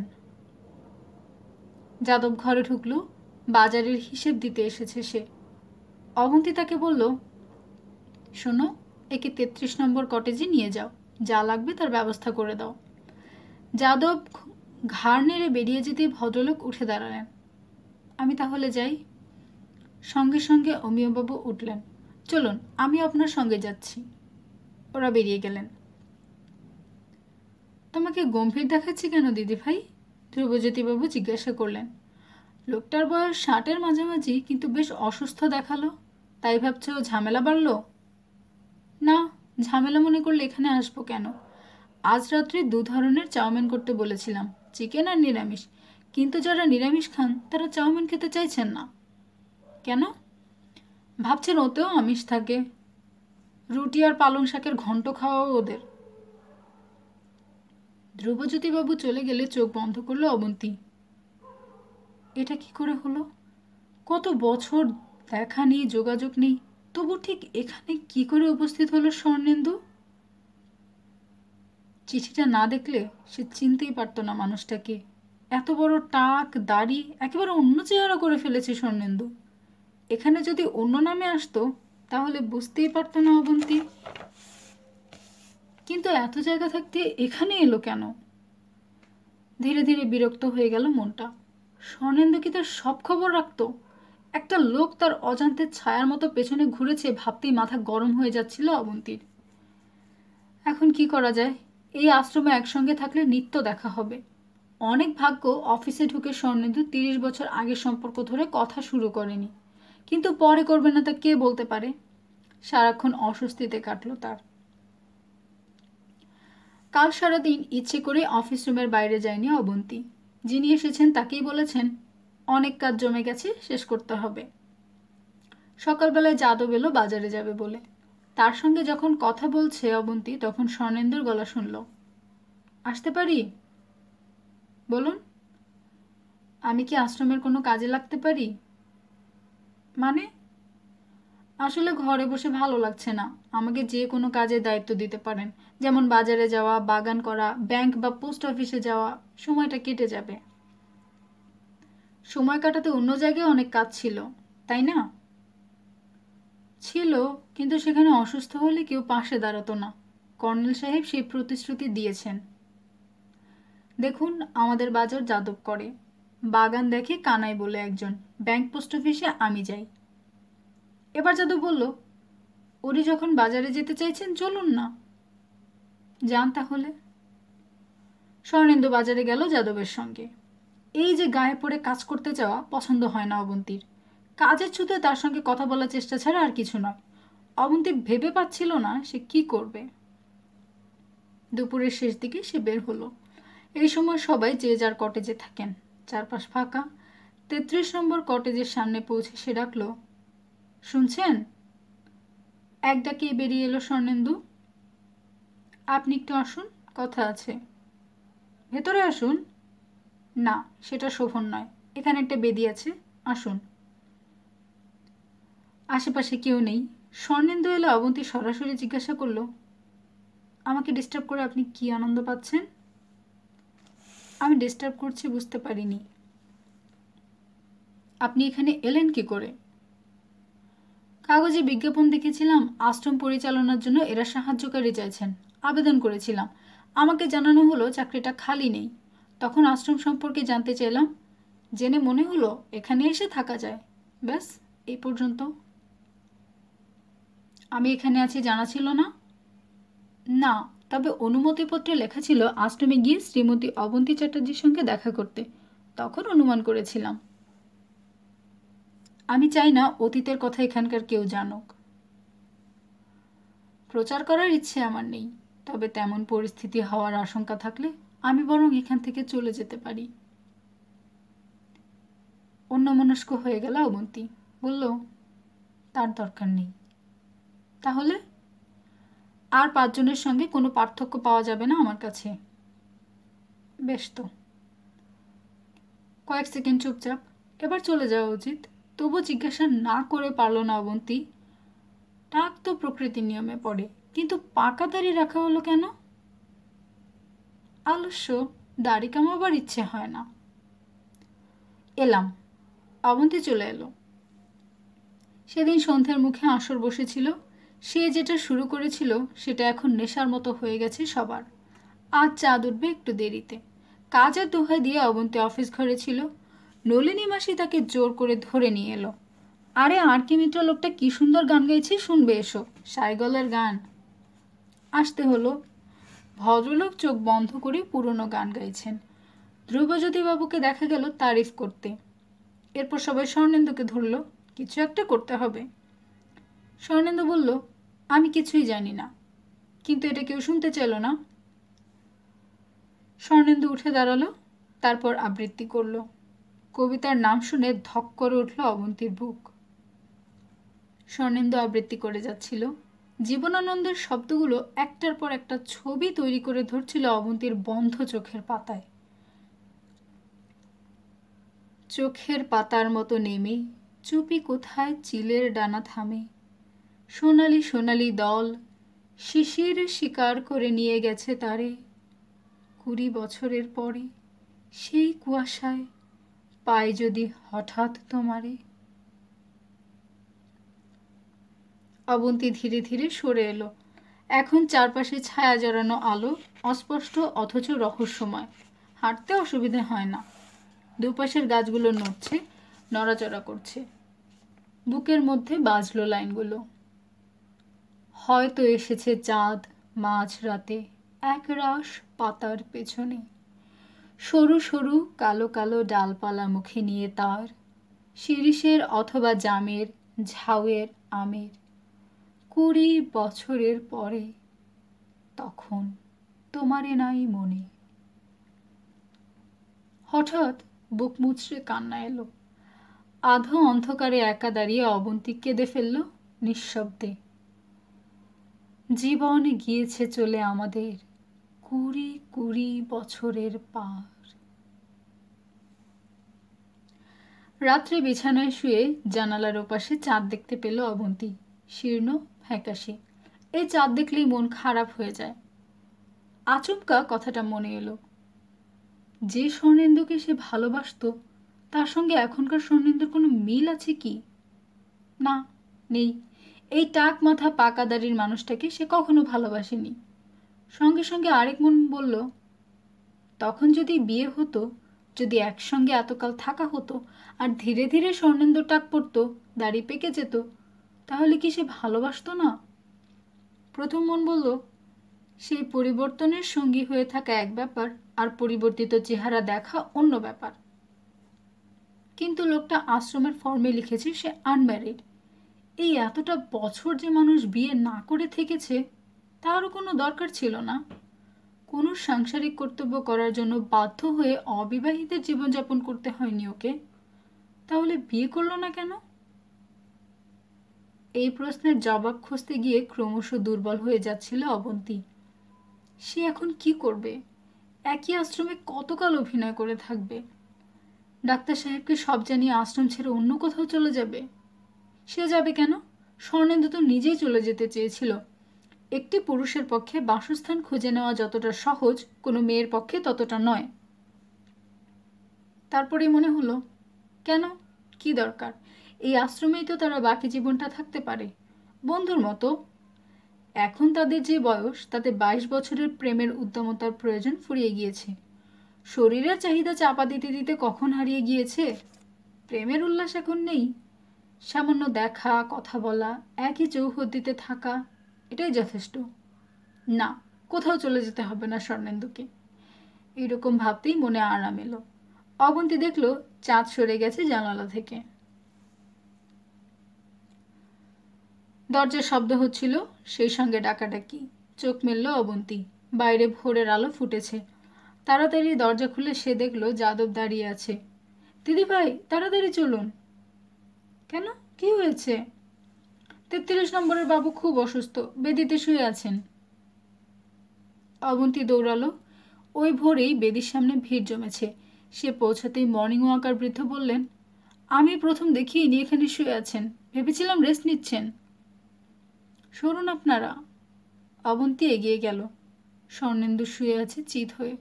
তার মুখে যন্ত্রণার ছাপ স্পষ্ট। ডান হাত বুক আঁকড়ে আছে। ধ্রুবজ্যোতিবাবু বললেন, এখনই হাসপাতালে নিয়ে যাওয়া দরকার। অবন্তী ছুটল। অফিস ঘরে ঢুকে রিসিভার তুলল। বেশিরভাগ দিনই এটা মৃত থাকে, কিন্তু এখন সচল আছে। হাসপাতালে ফোন করে অ্যাম্বুলেন্স চাইল সে। যে ফোন ধরেছিল সে বলল, দিদি একটু দেরি হবে, এত ভোরে ড্রাইভারকে খুঁজে বের করতে সময় লাগবে। রিসিভার নামিয়ে রেখে গেট পেরিয়ে পিচের রাস্তায় গেল অবন্তী। শুনশান রাস্তা, পাগলের মতো চারপাশে তাকিয়ে কিছুই দেখতে পাচ্ছিল না সে। কি করা যায়? যাদব এসেছিল পেছন পেছন। হাসপাতাল কি বলল দিদি? অ্যাম্বুলেন্স আসতে দেরি হবে। আমাদের সাইকেল ভ্যানটা করে নিয়ে যাব? অনেক সময় লাগবে যাদব। রাস্তায় যদি অ্যাম্বুলেন্সে দেখা পাই তো তুলে দেব। অবন্তীর মনে হলো এছাড়া কোনো উপায় নেই। সে মাথা নাড়ল। যাদব চলে যেতেই অবন্তীর মনে প্রশ্ন এলো, নিজের ঘরে না শুয়ে স্বর্ণেন্দু কি সারা রাত বেদির উপর শুয়েছিল? এখন তো রাতে একটু হিম পড়ে, তাও কেন? স্বর্ণেন্দু কি ভেবেছিল সে রাতে তার সঙ্গে দেখা করতে যেতে পারে? পাগল। কিন্তু যেটুকু অনুমান, তাতে স্বর্ণেন্দু হৃদরোগে আক্রান্ত হয়েছে এখনই। দূরে একটা কালো বিন্দুকে দেখতে পেল অবন্তী, এগিয়ে আসছে। গাড়ি!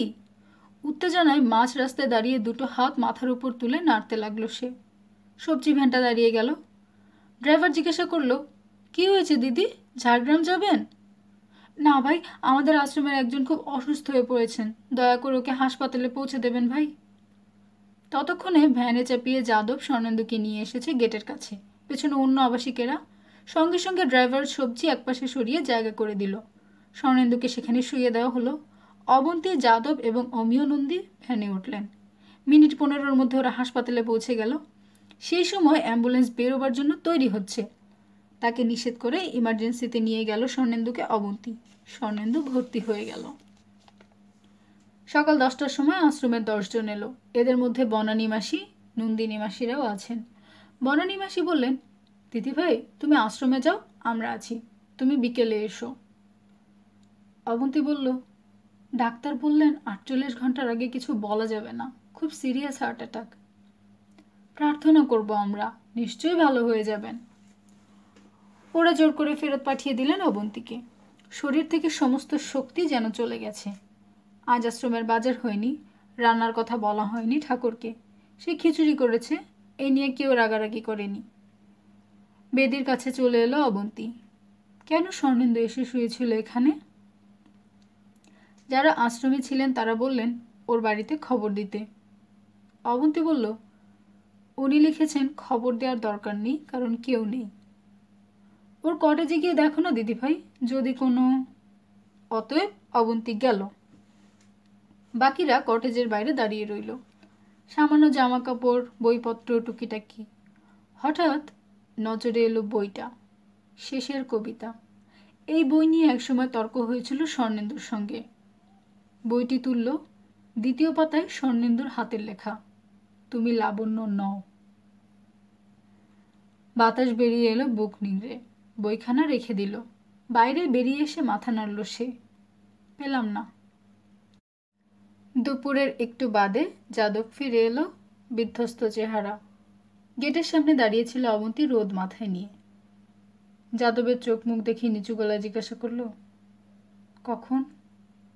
কেঁদে উঠল যাদব, একটু আগে। ফ্যালফ্যাল করে তাকিয়ে থাকলো অবন্তী। খবর পৌঁছে গেল কটেজে কটেজে। অবন্তী ছুটল হাসপাতালে। স্বর্ণেন্দুকে নিয়ে লরিতে চেপে যখন ওরা ফিরে এলো আশ্রমে, তখন বিকেল। সবাই কাঁদছিল, বিশেষ করে মেয়েরা। অবন্তী স্থির। এর মধ্যে কলকাতায় টেলিফোন করার চেষ্টা করা হয়েছিল, লাইন পাওয়া যায়নি। স্বর্ণেন্দুকে অফিস ঘরের সামনে খাটে শুইয়ে দেওয়ার পর লাইন পাওয়া গেল। কেউ একজন ডাকলো অবন্তীকে, দিদিভাই আপনি কথা বলুন। পুতুলের মতো হেঁটে এসে রিসিভার তুলল অবন্তী। হ্যালো। কী ব্যাপার অবন্তী? ডাক্তার সাহেবের গলা। একজন আবাসিক হৃদরোগে মারা গিয়েছেন। সে কি? মাই গড, কে? স্বর্ণেন্দু সেনগুপ্ত। উনি সবে এসেছিলেন। হঠাৎ নিস্তব্ধ হয়ে গেল টেলিফোনটা। তারপর অন্যরকম গলায় ডাক্তার সাহেব জিজ্ঞাসা করলেন, কোনো সুযোগ পাওয়া যায়নি?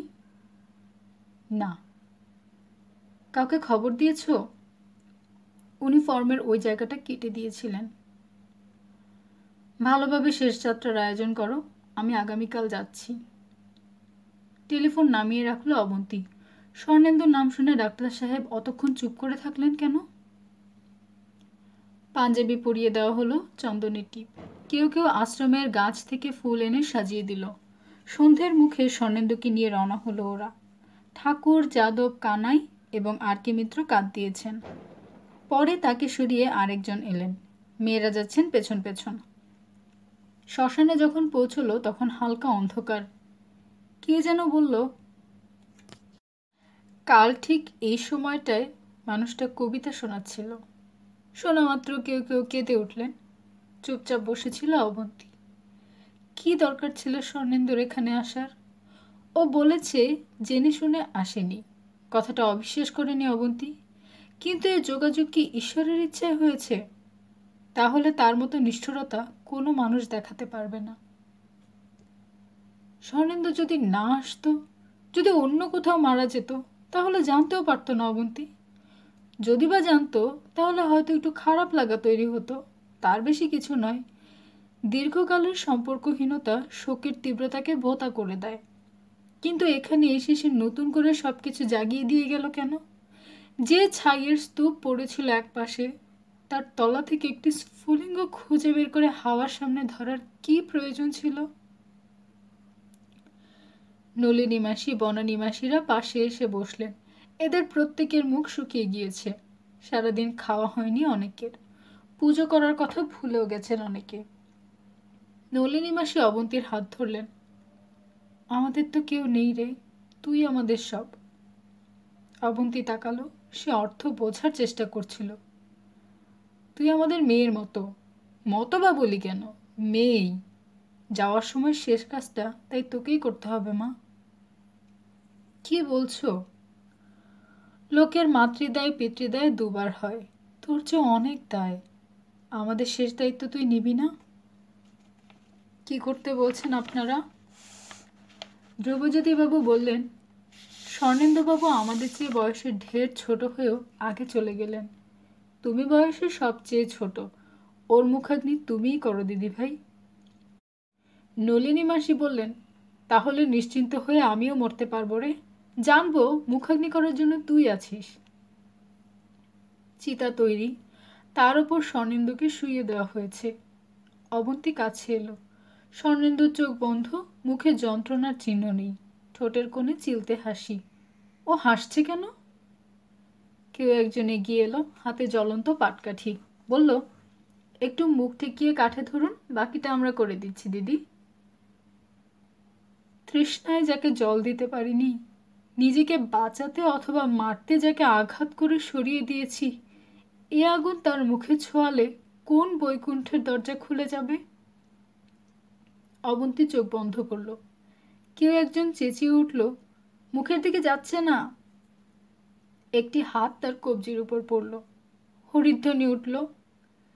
চিতা নিভে গেলে অস্থি সংগ্রহ করে পুরোহিত বললেন, মা যান, ওই পুকুরে এটা বিসর্জন দিয়ে ডুব দিন।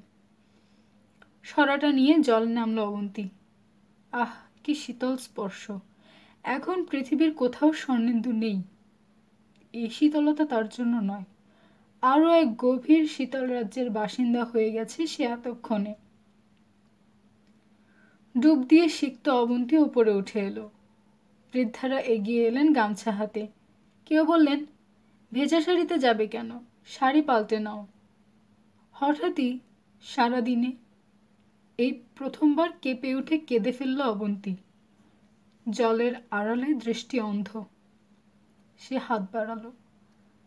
আপনারা কেউ আমাকে একটা থান কাপড় দিতে পারেন?